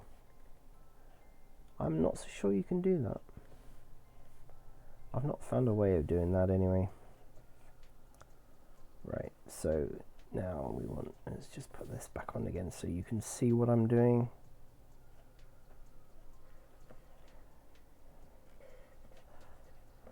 Now, again, you know, I always say this. I don't think we're going to get a huge amount of data here. In fact, I think not only was there any movement, there was movement, obviously, with what he was doing, but I think my camera was also, because of the lack of light, was focusing more on the trees behind and the lot. Although, yeah, this is blurred.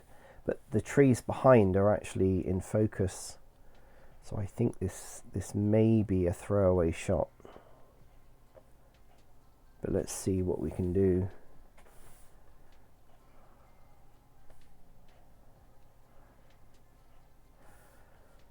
Let's see what we can do.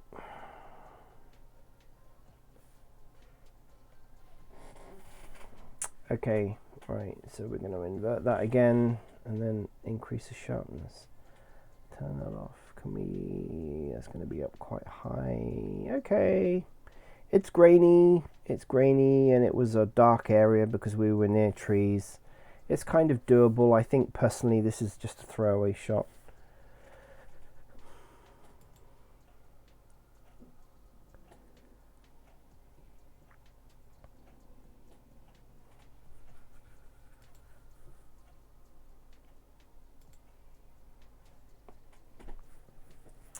Now this this I think is again another one worth saving.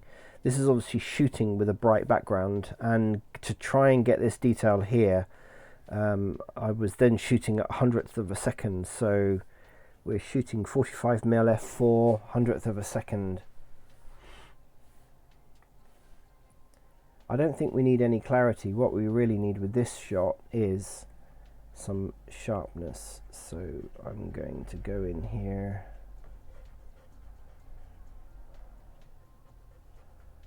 Now he is moving, so I don't probably not bothered with too much down here, but it would be nicer if his face area, because this is in focus and the tree here is in focus, so he's obviously moving. Let's just increase the sharpness here, and I think this will just come back again. Yeah, perfect. Yeah, I think that's enough. That's a bit too much. Let's go back. There we go. I think that's good. And again, once I think this is cropped, this left-hand side of the photograph is just kind of wasted, but that part is actually really quite good. So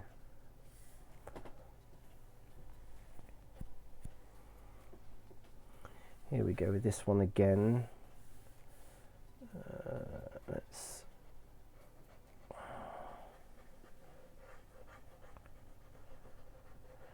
this is a little bit more, I think maybe, you know, like the same with all sports for photography, which is one of the reasons why you see sports photographers just keep their finger on the fast shutter, on the shutter to take so many photographs, is because one of those is going to be in focus.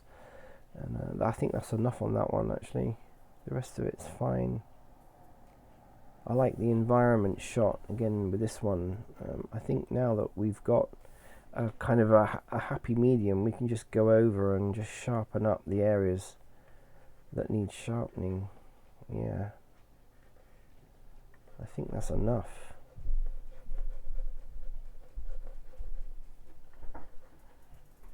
That's pretty good. I like it. Doesn't really need much more.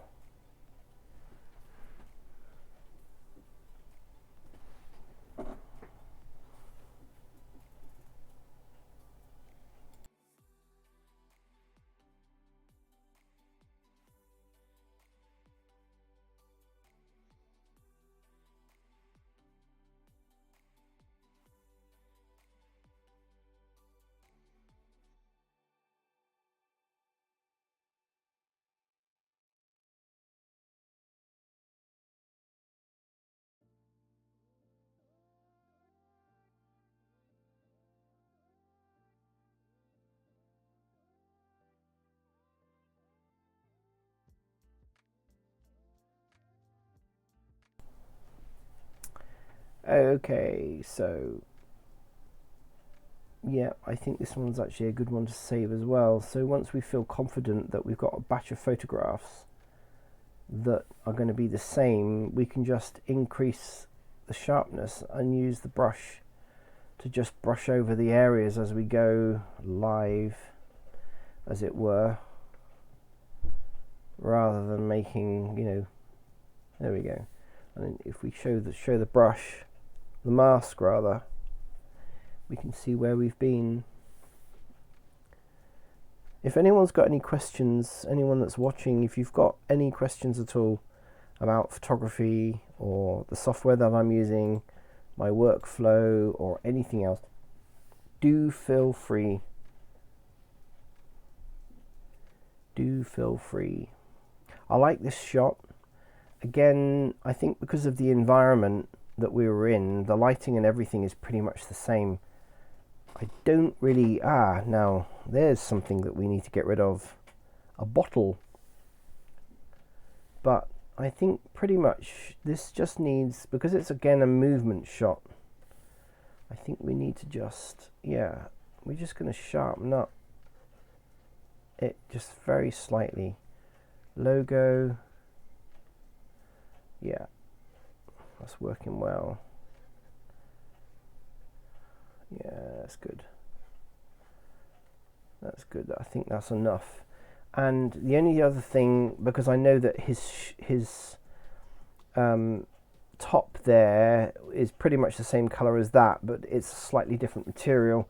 The only other thing that I would like to do is to try and increase, I think, the clarity. And again, because we're sort of working on, and maybe a tiny bit of contrast, and because we're working on the same set of photographs, we can take a little bit of confidence about what we're actually changing.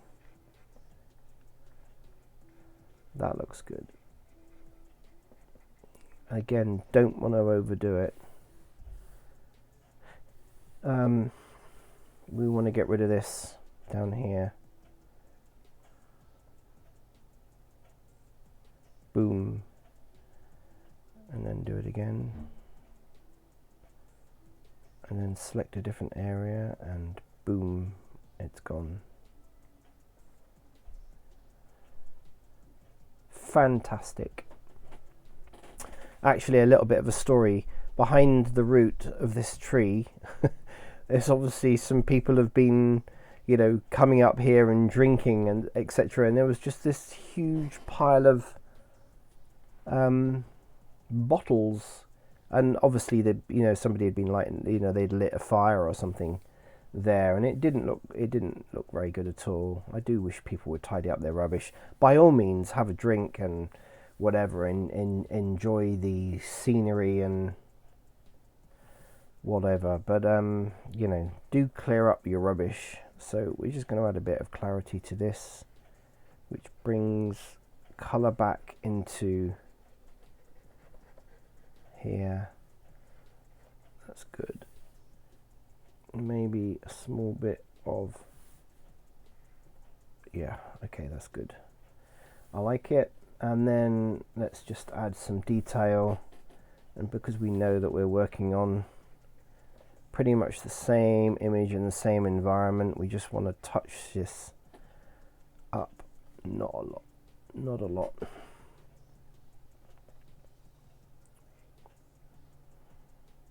Okay, that's fine, that's perfect. It's enough really. Could add a little bit of detail to his shoes. Yeah, okay. Next.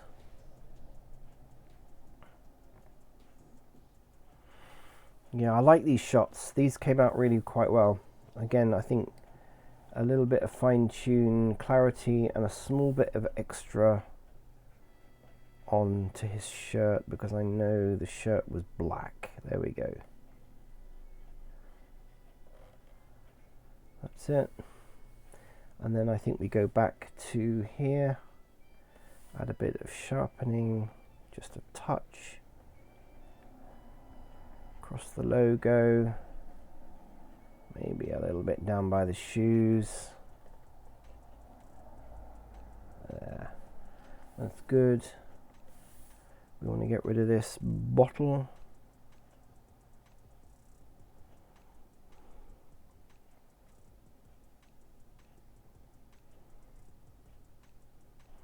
There we go.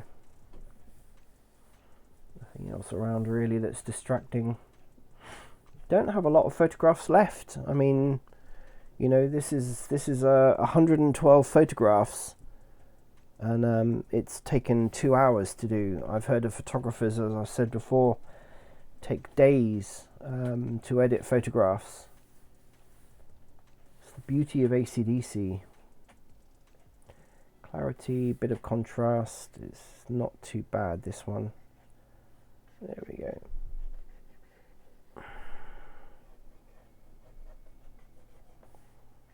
Okay, and I think we need a tad detail. Yeah. Logo and such like. A little bit in the shoes here.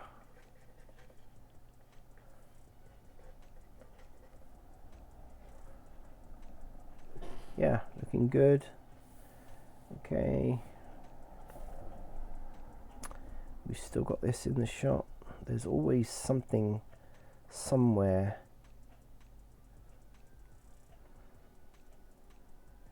That is not good in a photograph. There we go. Right, next.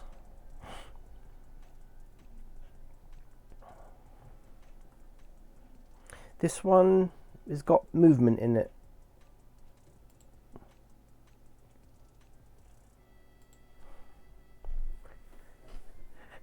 So you expect this to be kind of blurred, and his upper body was kind of static.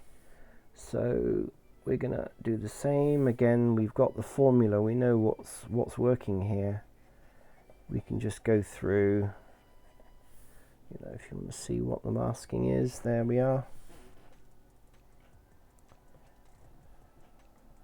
Just a touch around there. Let's do some detail. We know we're working around sort of 9 to 11 to sharpen up.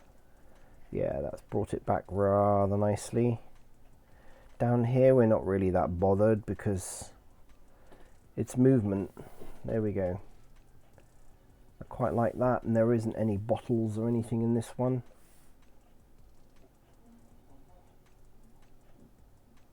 Now these are sort of and I really quite like this. I quite like this. I was a little bit concerned about all these wrinkles and things in there, but I mean, you know, it's fitness sports. In fact, actually, I don't think there's an awful lot to do on this. Maybe just touch up the sharpening a little bit. Just a tad, a touch around there. But I think the colour is good. Just touch up the logos. And everything else I think is pretty much good to go on that one.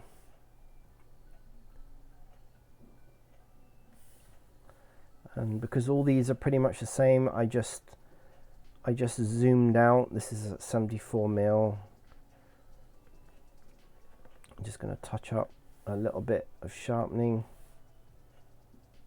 Yeah, that's all that's really required on there. Again, I think this would be quite nice cropped or not, really. Depends on where it's going to be used. Then I came out a little bit more. Colours are good. Just maybe a touch on the sharpening. But I think that's about it. We haven't got anything distracting down here. I think that looks good.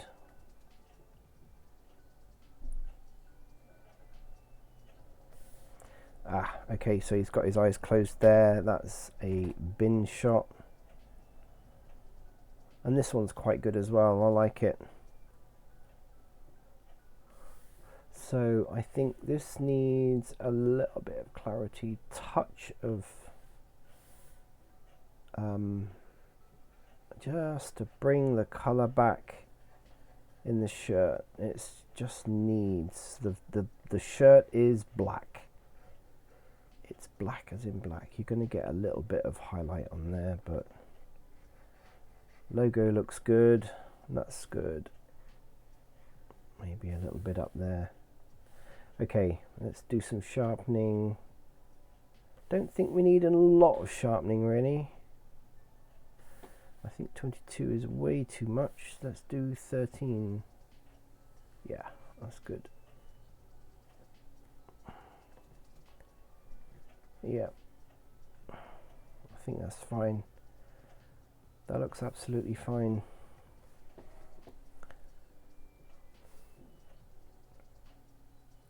Slightly different shot, slightly different angle. Again, I think we could do with a little bit of contrast here on the shirt and on the arm. Okay, and then I think the level of sharpness on this shot is really quite good, so I think not so much really. Yeah.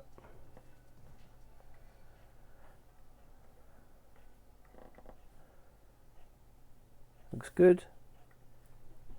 Nothing distracting. We haven't got somebody walking down on the path here with a... Now these I think were kind of a slightly awkward... we tried to just sort of change. Maybe it's because the angle he's at. It's kind of like off. Let's just look at the others. Yeah, they're kind of a funny angle. I'm wondering if that's actually a nice shot. I think maybe these other two are not really. Okay, I tell you what I'm going to do. I'm going to see what that looks like without spending too much time. I'm going to, let's see what that looks like twisted round, because I think that's what's wrong with it. Yeah. Maybe just a slight. Yeah. Okay, I think that could be why it doesn't sit right. Yeah, that's good. That's good. It didn't sit right with me, that shot. There was something not quite right about it, and it was the angle.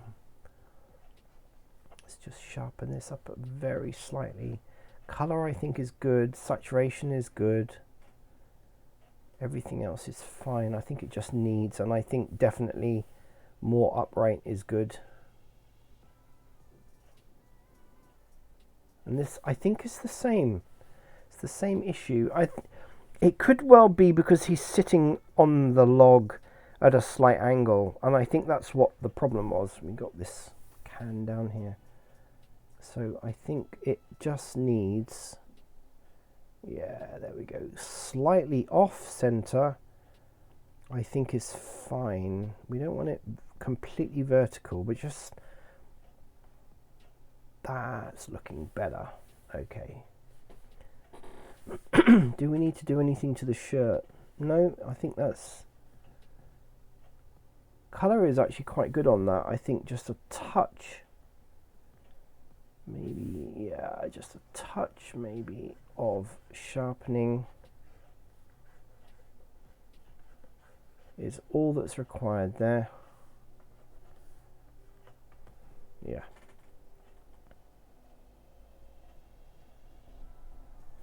It's kind of interesting when you feel, as a photographer, you kind of just almost sense that there is something not quite right about a photograph, and that's why, you know, you've got the skill.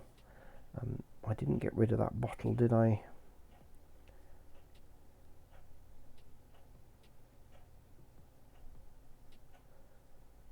Ah, the bottle got cropped out. Okay, that's fine.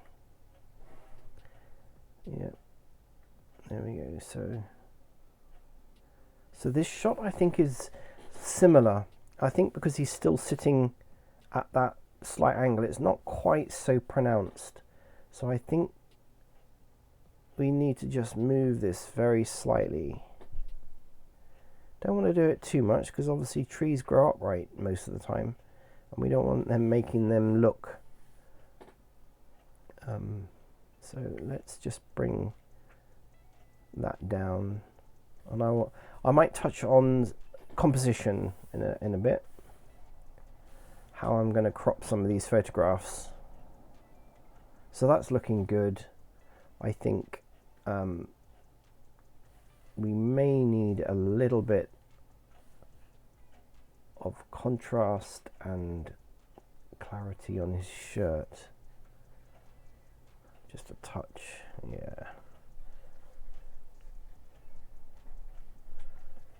The blacks, just make the blacks a little bit more black, and the reds, there we go, that's fine. That is fine. Let's do a little bit of detail, I would say, about it, but we're sort of working kind of sort of on 8 to 11. Yeah, I think that's good. Quite like that shot. Again, you know, you can see the logo.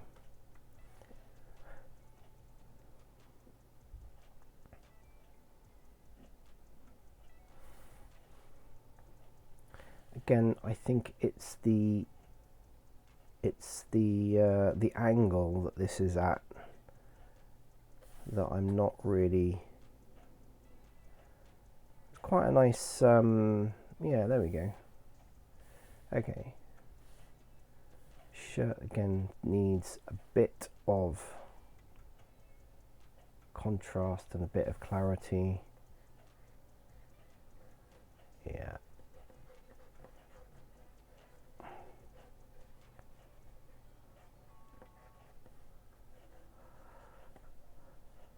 Yeah, okay, and a bit of detail. And we're running at the moment at about 11.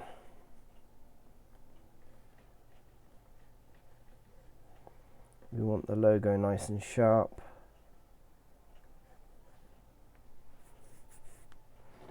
Does anyone have any questions? That's what I want to know.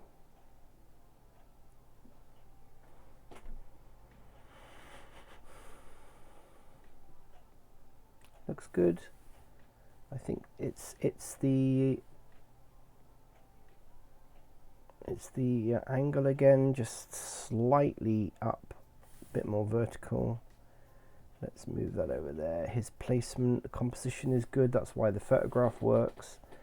Let's go back here, increase clarity and a bit of contrast added to his shirt.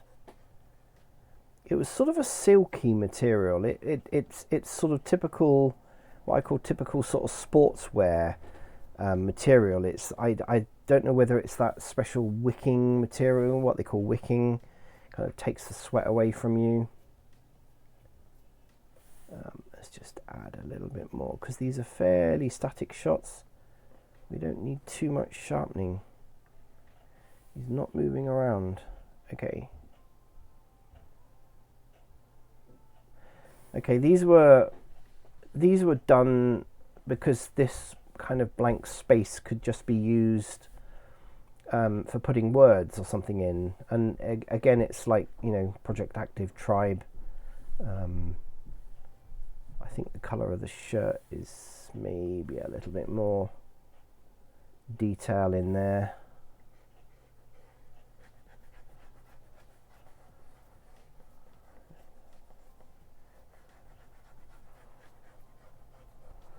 I think that's fine. Yeah, I think possibly a bit of sharpening, just a small bit. Again, I think we're going to go up about 8, 9. Yeah, perfect. Don't really want any more than that. We could just get rid of this. I could get rid of all that as well.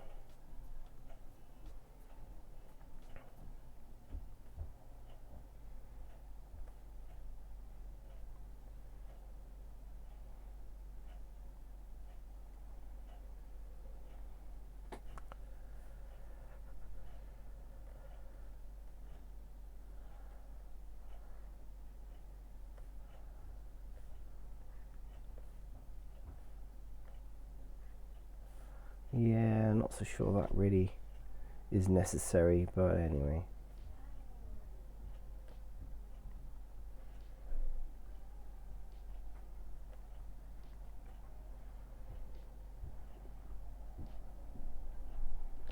Okay, that's fine.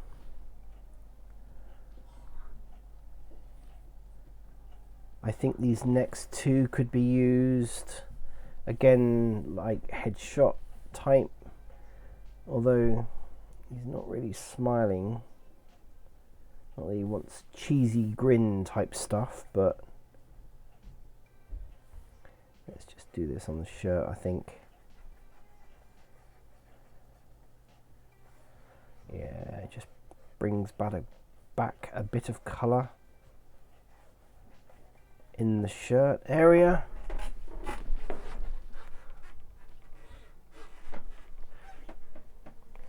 What's happening? Yeah. Okay. Sorry, I've got a squeaky chair. Let's do some detail. Highlights, I think we're probably still going to run about 11. Yeah, that's fine. So a little bit more sharpness there, and in the logo, we want the logo nice and sharp. Yeah, I think that looks good. This is what I love about Panasonic cameras is, you know, we're shooting on a white backdrop, and you've got your subject here, and it's just the dynamic range of the Panasonic cameras is just amazing. Couldn't get that so much with a Canon. I'm not poo-pooing Canon. I was a 35-year pro user of Canon cameras. You know, they set up my career and I worked with them for a long time, but when I moved over to Panasonic, wow, chalk and cheese. Big difference. Can't speak now for the more modern Canon cameras, but I was worried at the time about switching from Canon after being with them for so long and then moving over to Panasonic. And I mean, I was worried. I mean, I didn't do it all in one go either. I kept a lot of my Canon gear and then just did one camera at a time, and then worked with the Panasonic. And after, I mean, I was convinced after the first photo shoot. After about the 10th photo shoot, I sold all my Canon gear.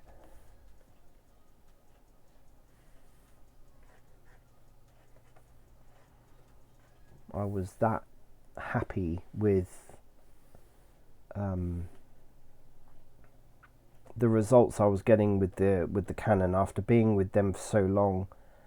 You know, the results I was getting with the Panasonic were just absolutely, I mean, there was just no real comparison, really. I was worried. I was specifically worried about the quality. You know, I'd got used to using Canon film cameras and then moving over to digital. I think we started moving over to digital in about 2003. Completely moved over to digital, I think, by 2006. I think it was 2006, maybe 2007 was when I really, like, that was it, you know, no more film. And it was a big jump.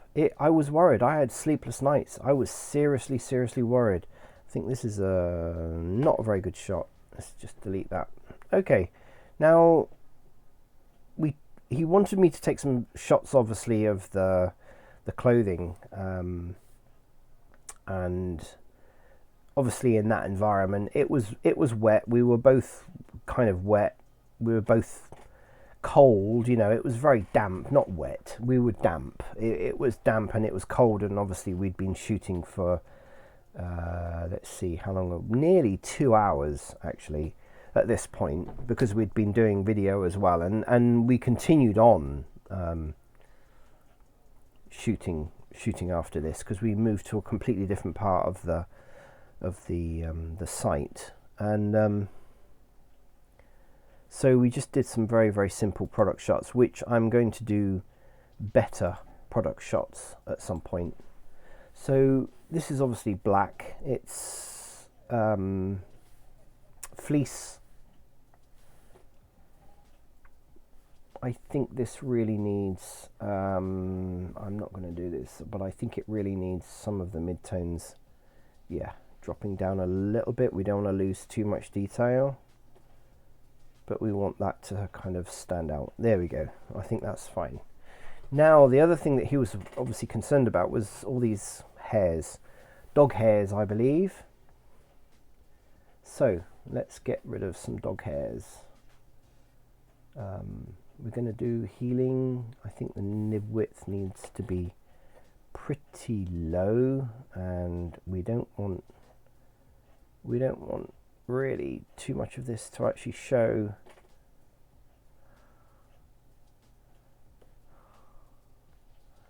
So I think if we can literally lessen the effect of the hair, so I'm sampling kind of near where the hair is, and then just going over the hair, and then it works it out, its algorithm. So if I can get rid of most of the hair, I think I quite like this shot. It's not too bad. You can see everything that's on there. It's not what I would call a professional product shot by any means. That needs to be done at another time, but he may well just want to use this. There we go. He may well just want to use this literally as a, for something for social media.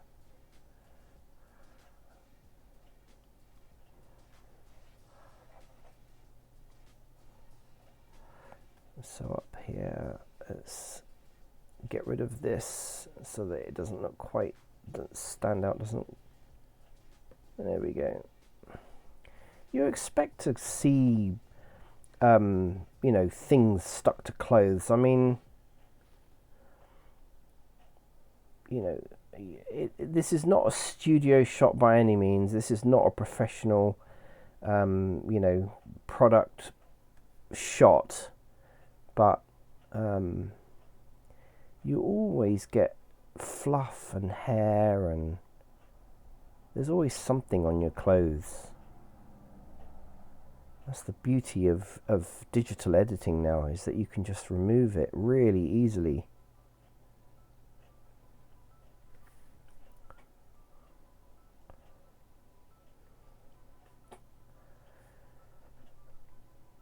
Let's just go over this again. You don't want to overdo it. I see too many people overdoing stuff.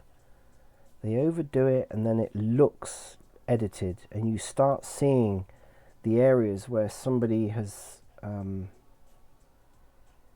corrected something, and it looks edited. That's the thing.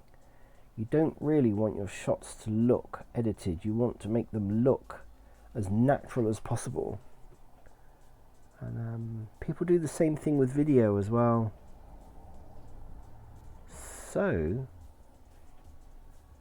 that's looking much better. It's looking tidier. And we just pop all around these little bits here. We're just literally I'm touching the pen on the tablet by going around and just getting rid of all these little spicks and specks. Okay, that looks good. Let's see what the original looks like. That's the original. That's what we've edited. That's the original, edited. Original, edited. We can probably still go over a few little places around here. I find this quite therapeutic, actually, going through and editing like this. So I'm quite happy with that. Let's move on. Again, it could be cropped, I think this is much the same as the previous shot. In fact, I think I prefer the previous shot. Looks better.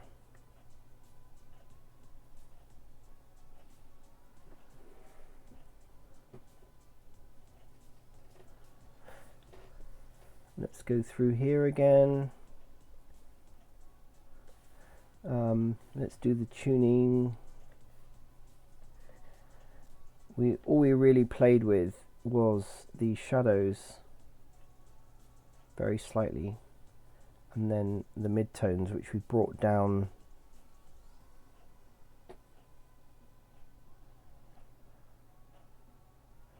to make it pop a little bit more. Okay, so we're just going to go around. I don't think anything else doesn't need sharpening. It doesn't need anything else.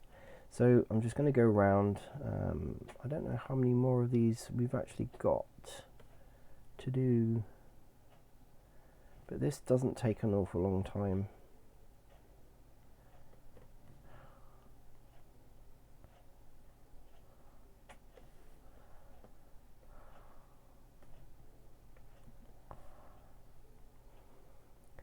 I find it quite therapeutic. I never see these things as being a chore, really.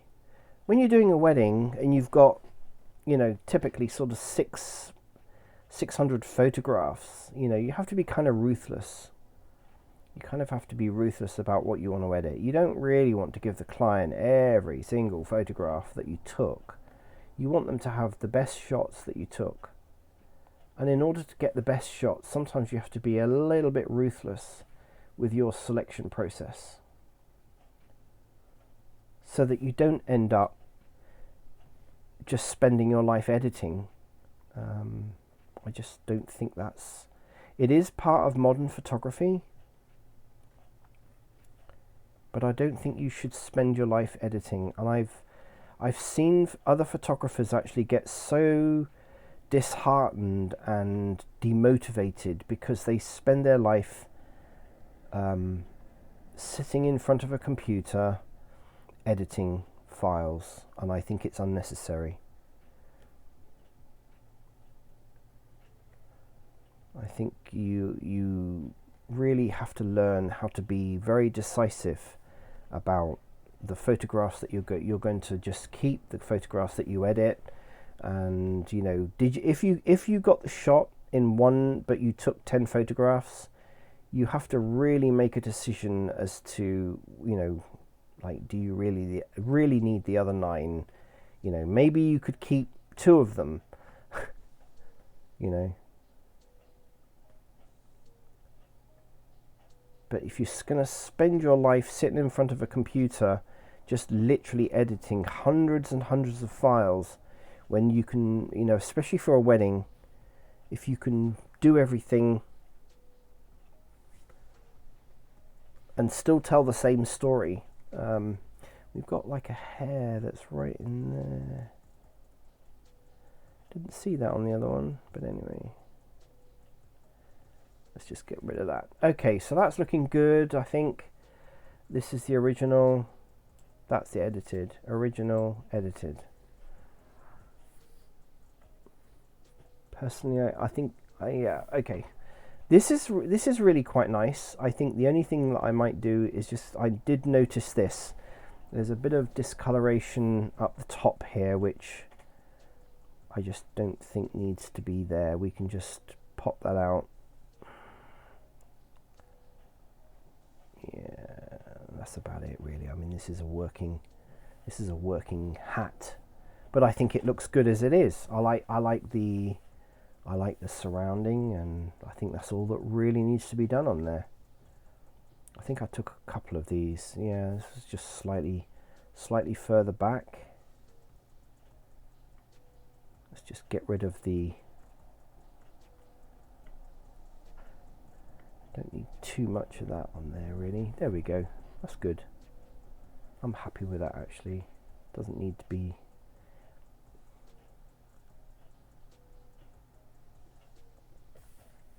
This is their Project Active's logo.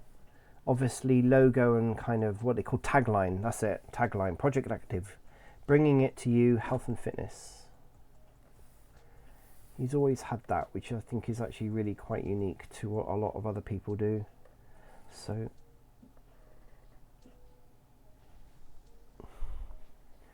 let's add a little bit more on here, and it will just darken down the mid-tones a little bit, I think.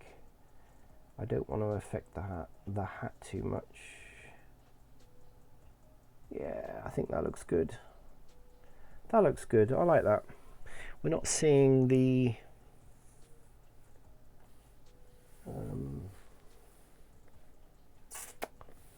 mark, you know, the sort of the dirt, not dirty marks, but the discoloration on the hat at the top. I think it's just, you know, it's obviously being used. Let's just increase, or lower down rather, the dark and the mid-tone. Yeah, that's enough really. Because we're slightly further away, you're not seeing the fluff and the hairs so much, but there is one there that I will get rid of. That and that. There we go. It is interesting, isn't it? Just that few inches can make a difference. I think I might sharpen this very slightly. Obviously the camera down to here is sharp, and this is just not quite as sharp as it could be. Let's bring that up to about a 12. Let's see. Yeah, that's perfect. There we go. Perfect. That's good. Don't really need anything else on that. We've only got 8 more left. Okay, these shots here, these kind of shots are actually quite difficult to do. There's a couple of more headshots of Ben. Yeah, these really, sometimes they can work and sometimes they don't work.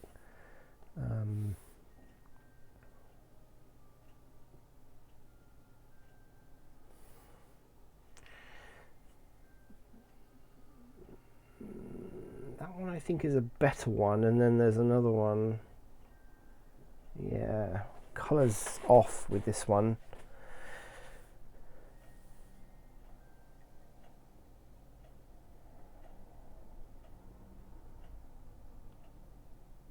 Not a lot of difference between the two of those. I think this one is the better one out of the two. Not a huge amount needs to be done on here. I think really just the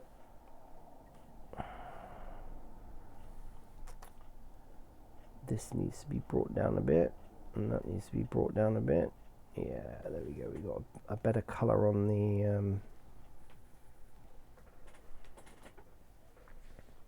the black. It almost seems like maybe the brightness can be brought down, the exposure just a tad. Yeah, there we go. That's beginning to pop a little bit more now. Detail wise, I think maybe because it's a little bit further away, I think maybe the overall sharpening. Yeah, that's good. That's good. It's good. Not really 100% happy with this shot, but anyway, because I think really a garment like that, as opposed to a hat and the other shot that we did, the sort of the fleece.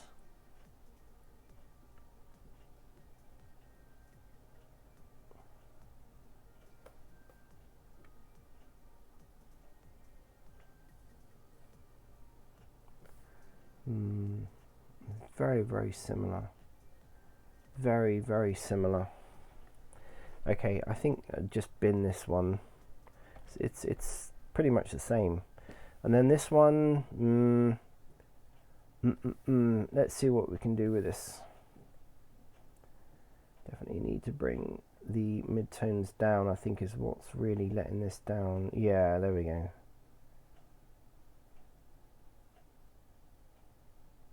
Yeah, okay, that's nicer. That's actually more realistic to the colour that was there, and I think an overall sharpening on there might do well. That looks good. Yeah, doesn't need much else. Seem to have a bit of a smudge there, but I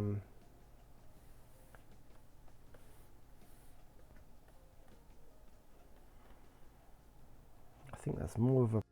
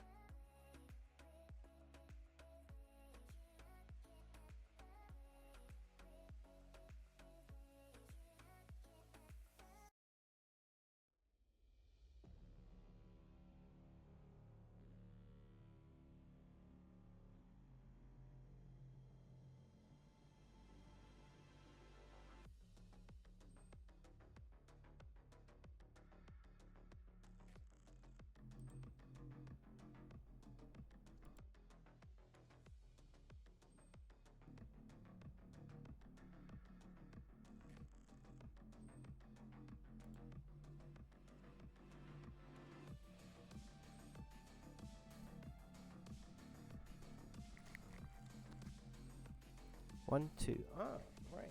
Microphone's back. Okay.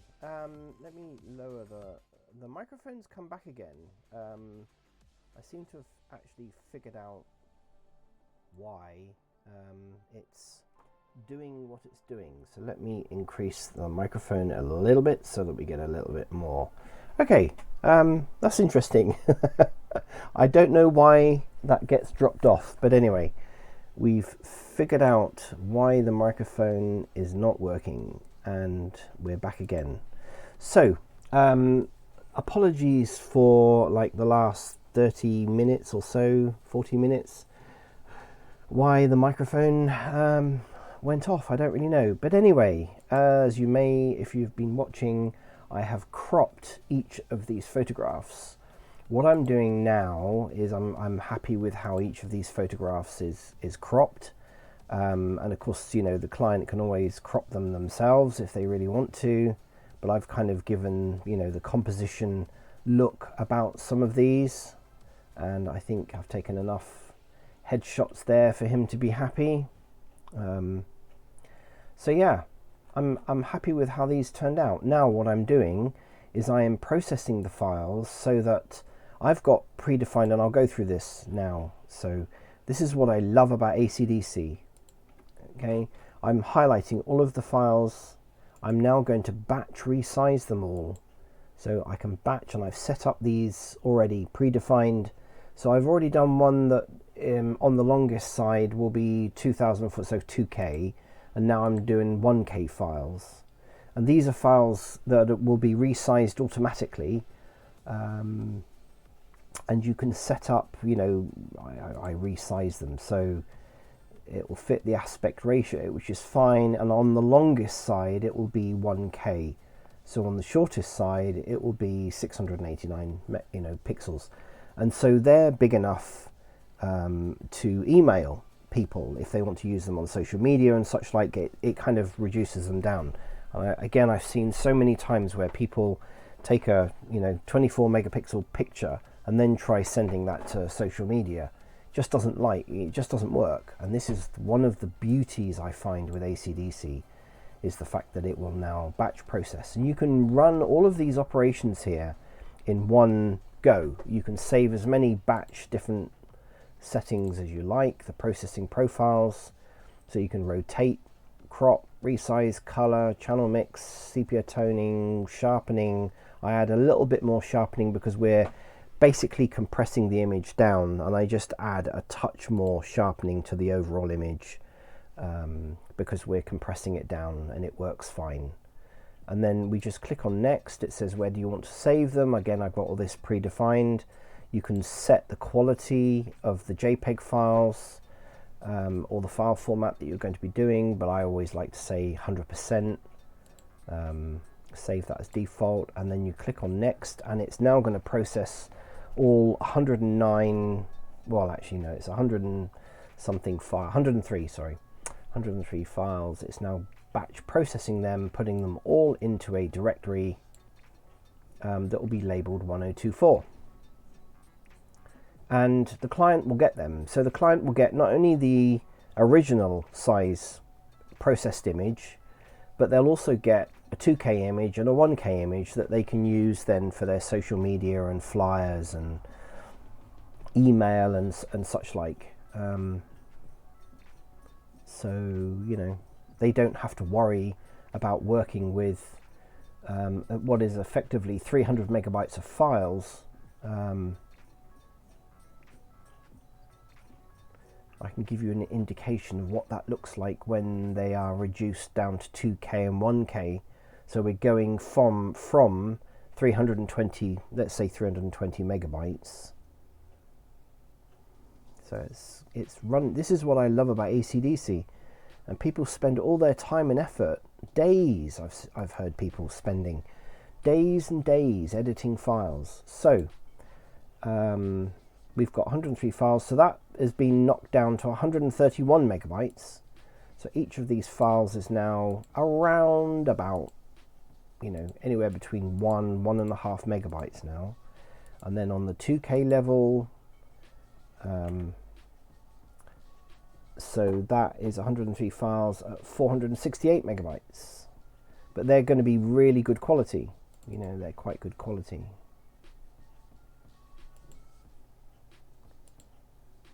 So that works out really quite well. So anyway, I'm going to end the stream now because it's been going for 3.5 hours. And thank you very much for following, anyone who's been following.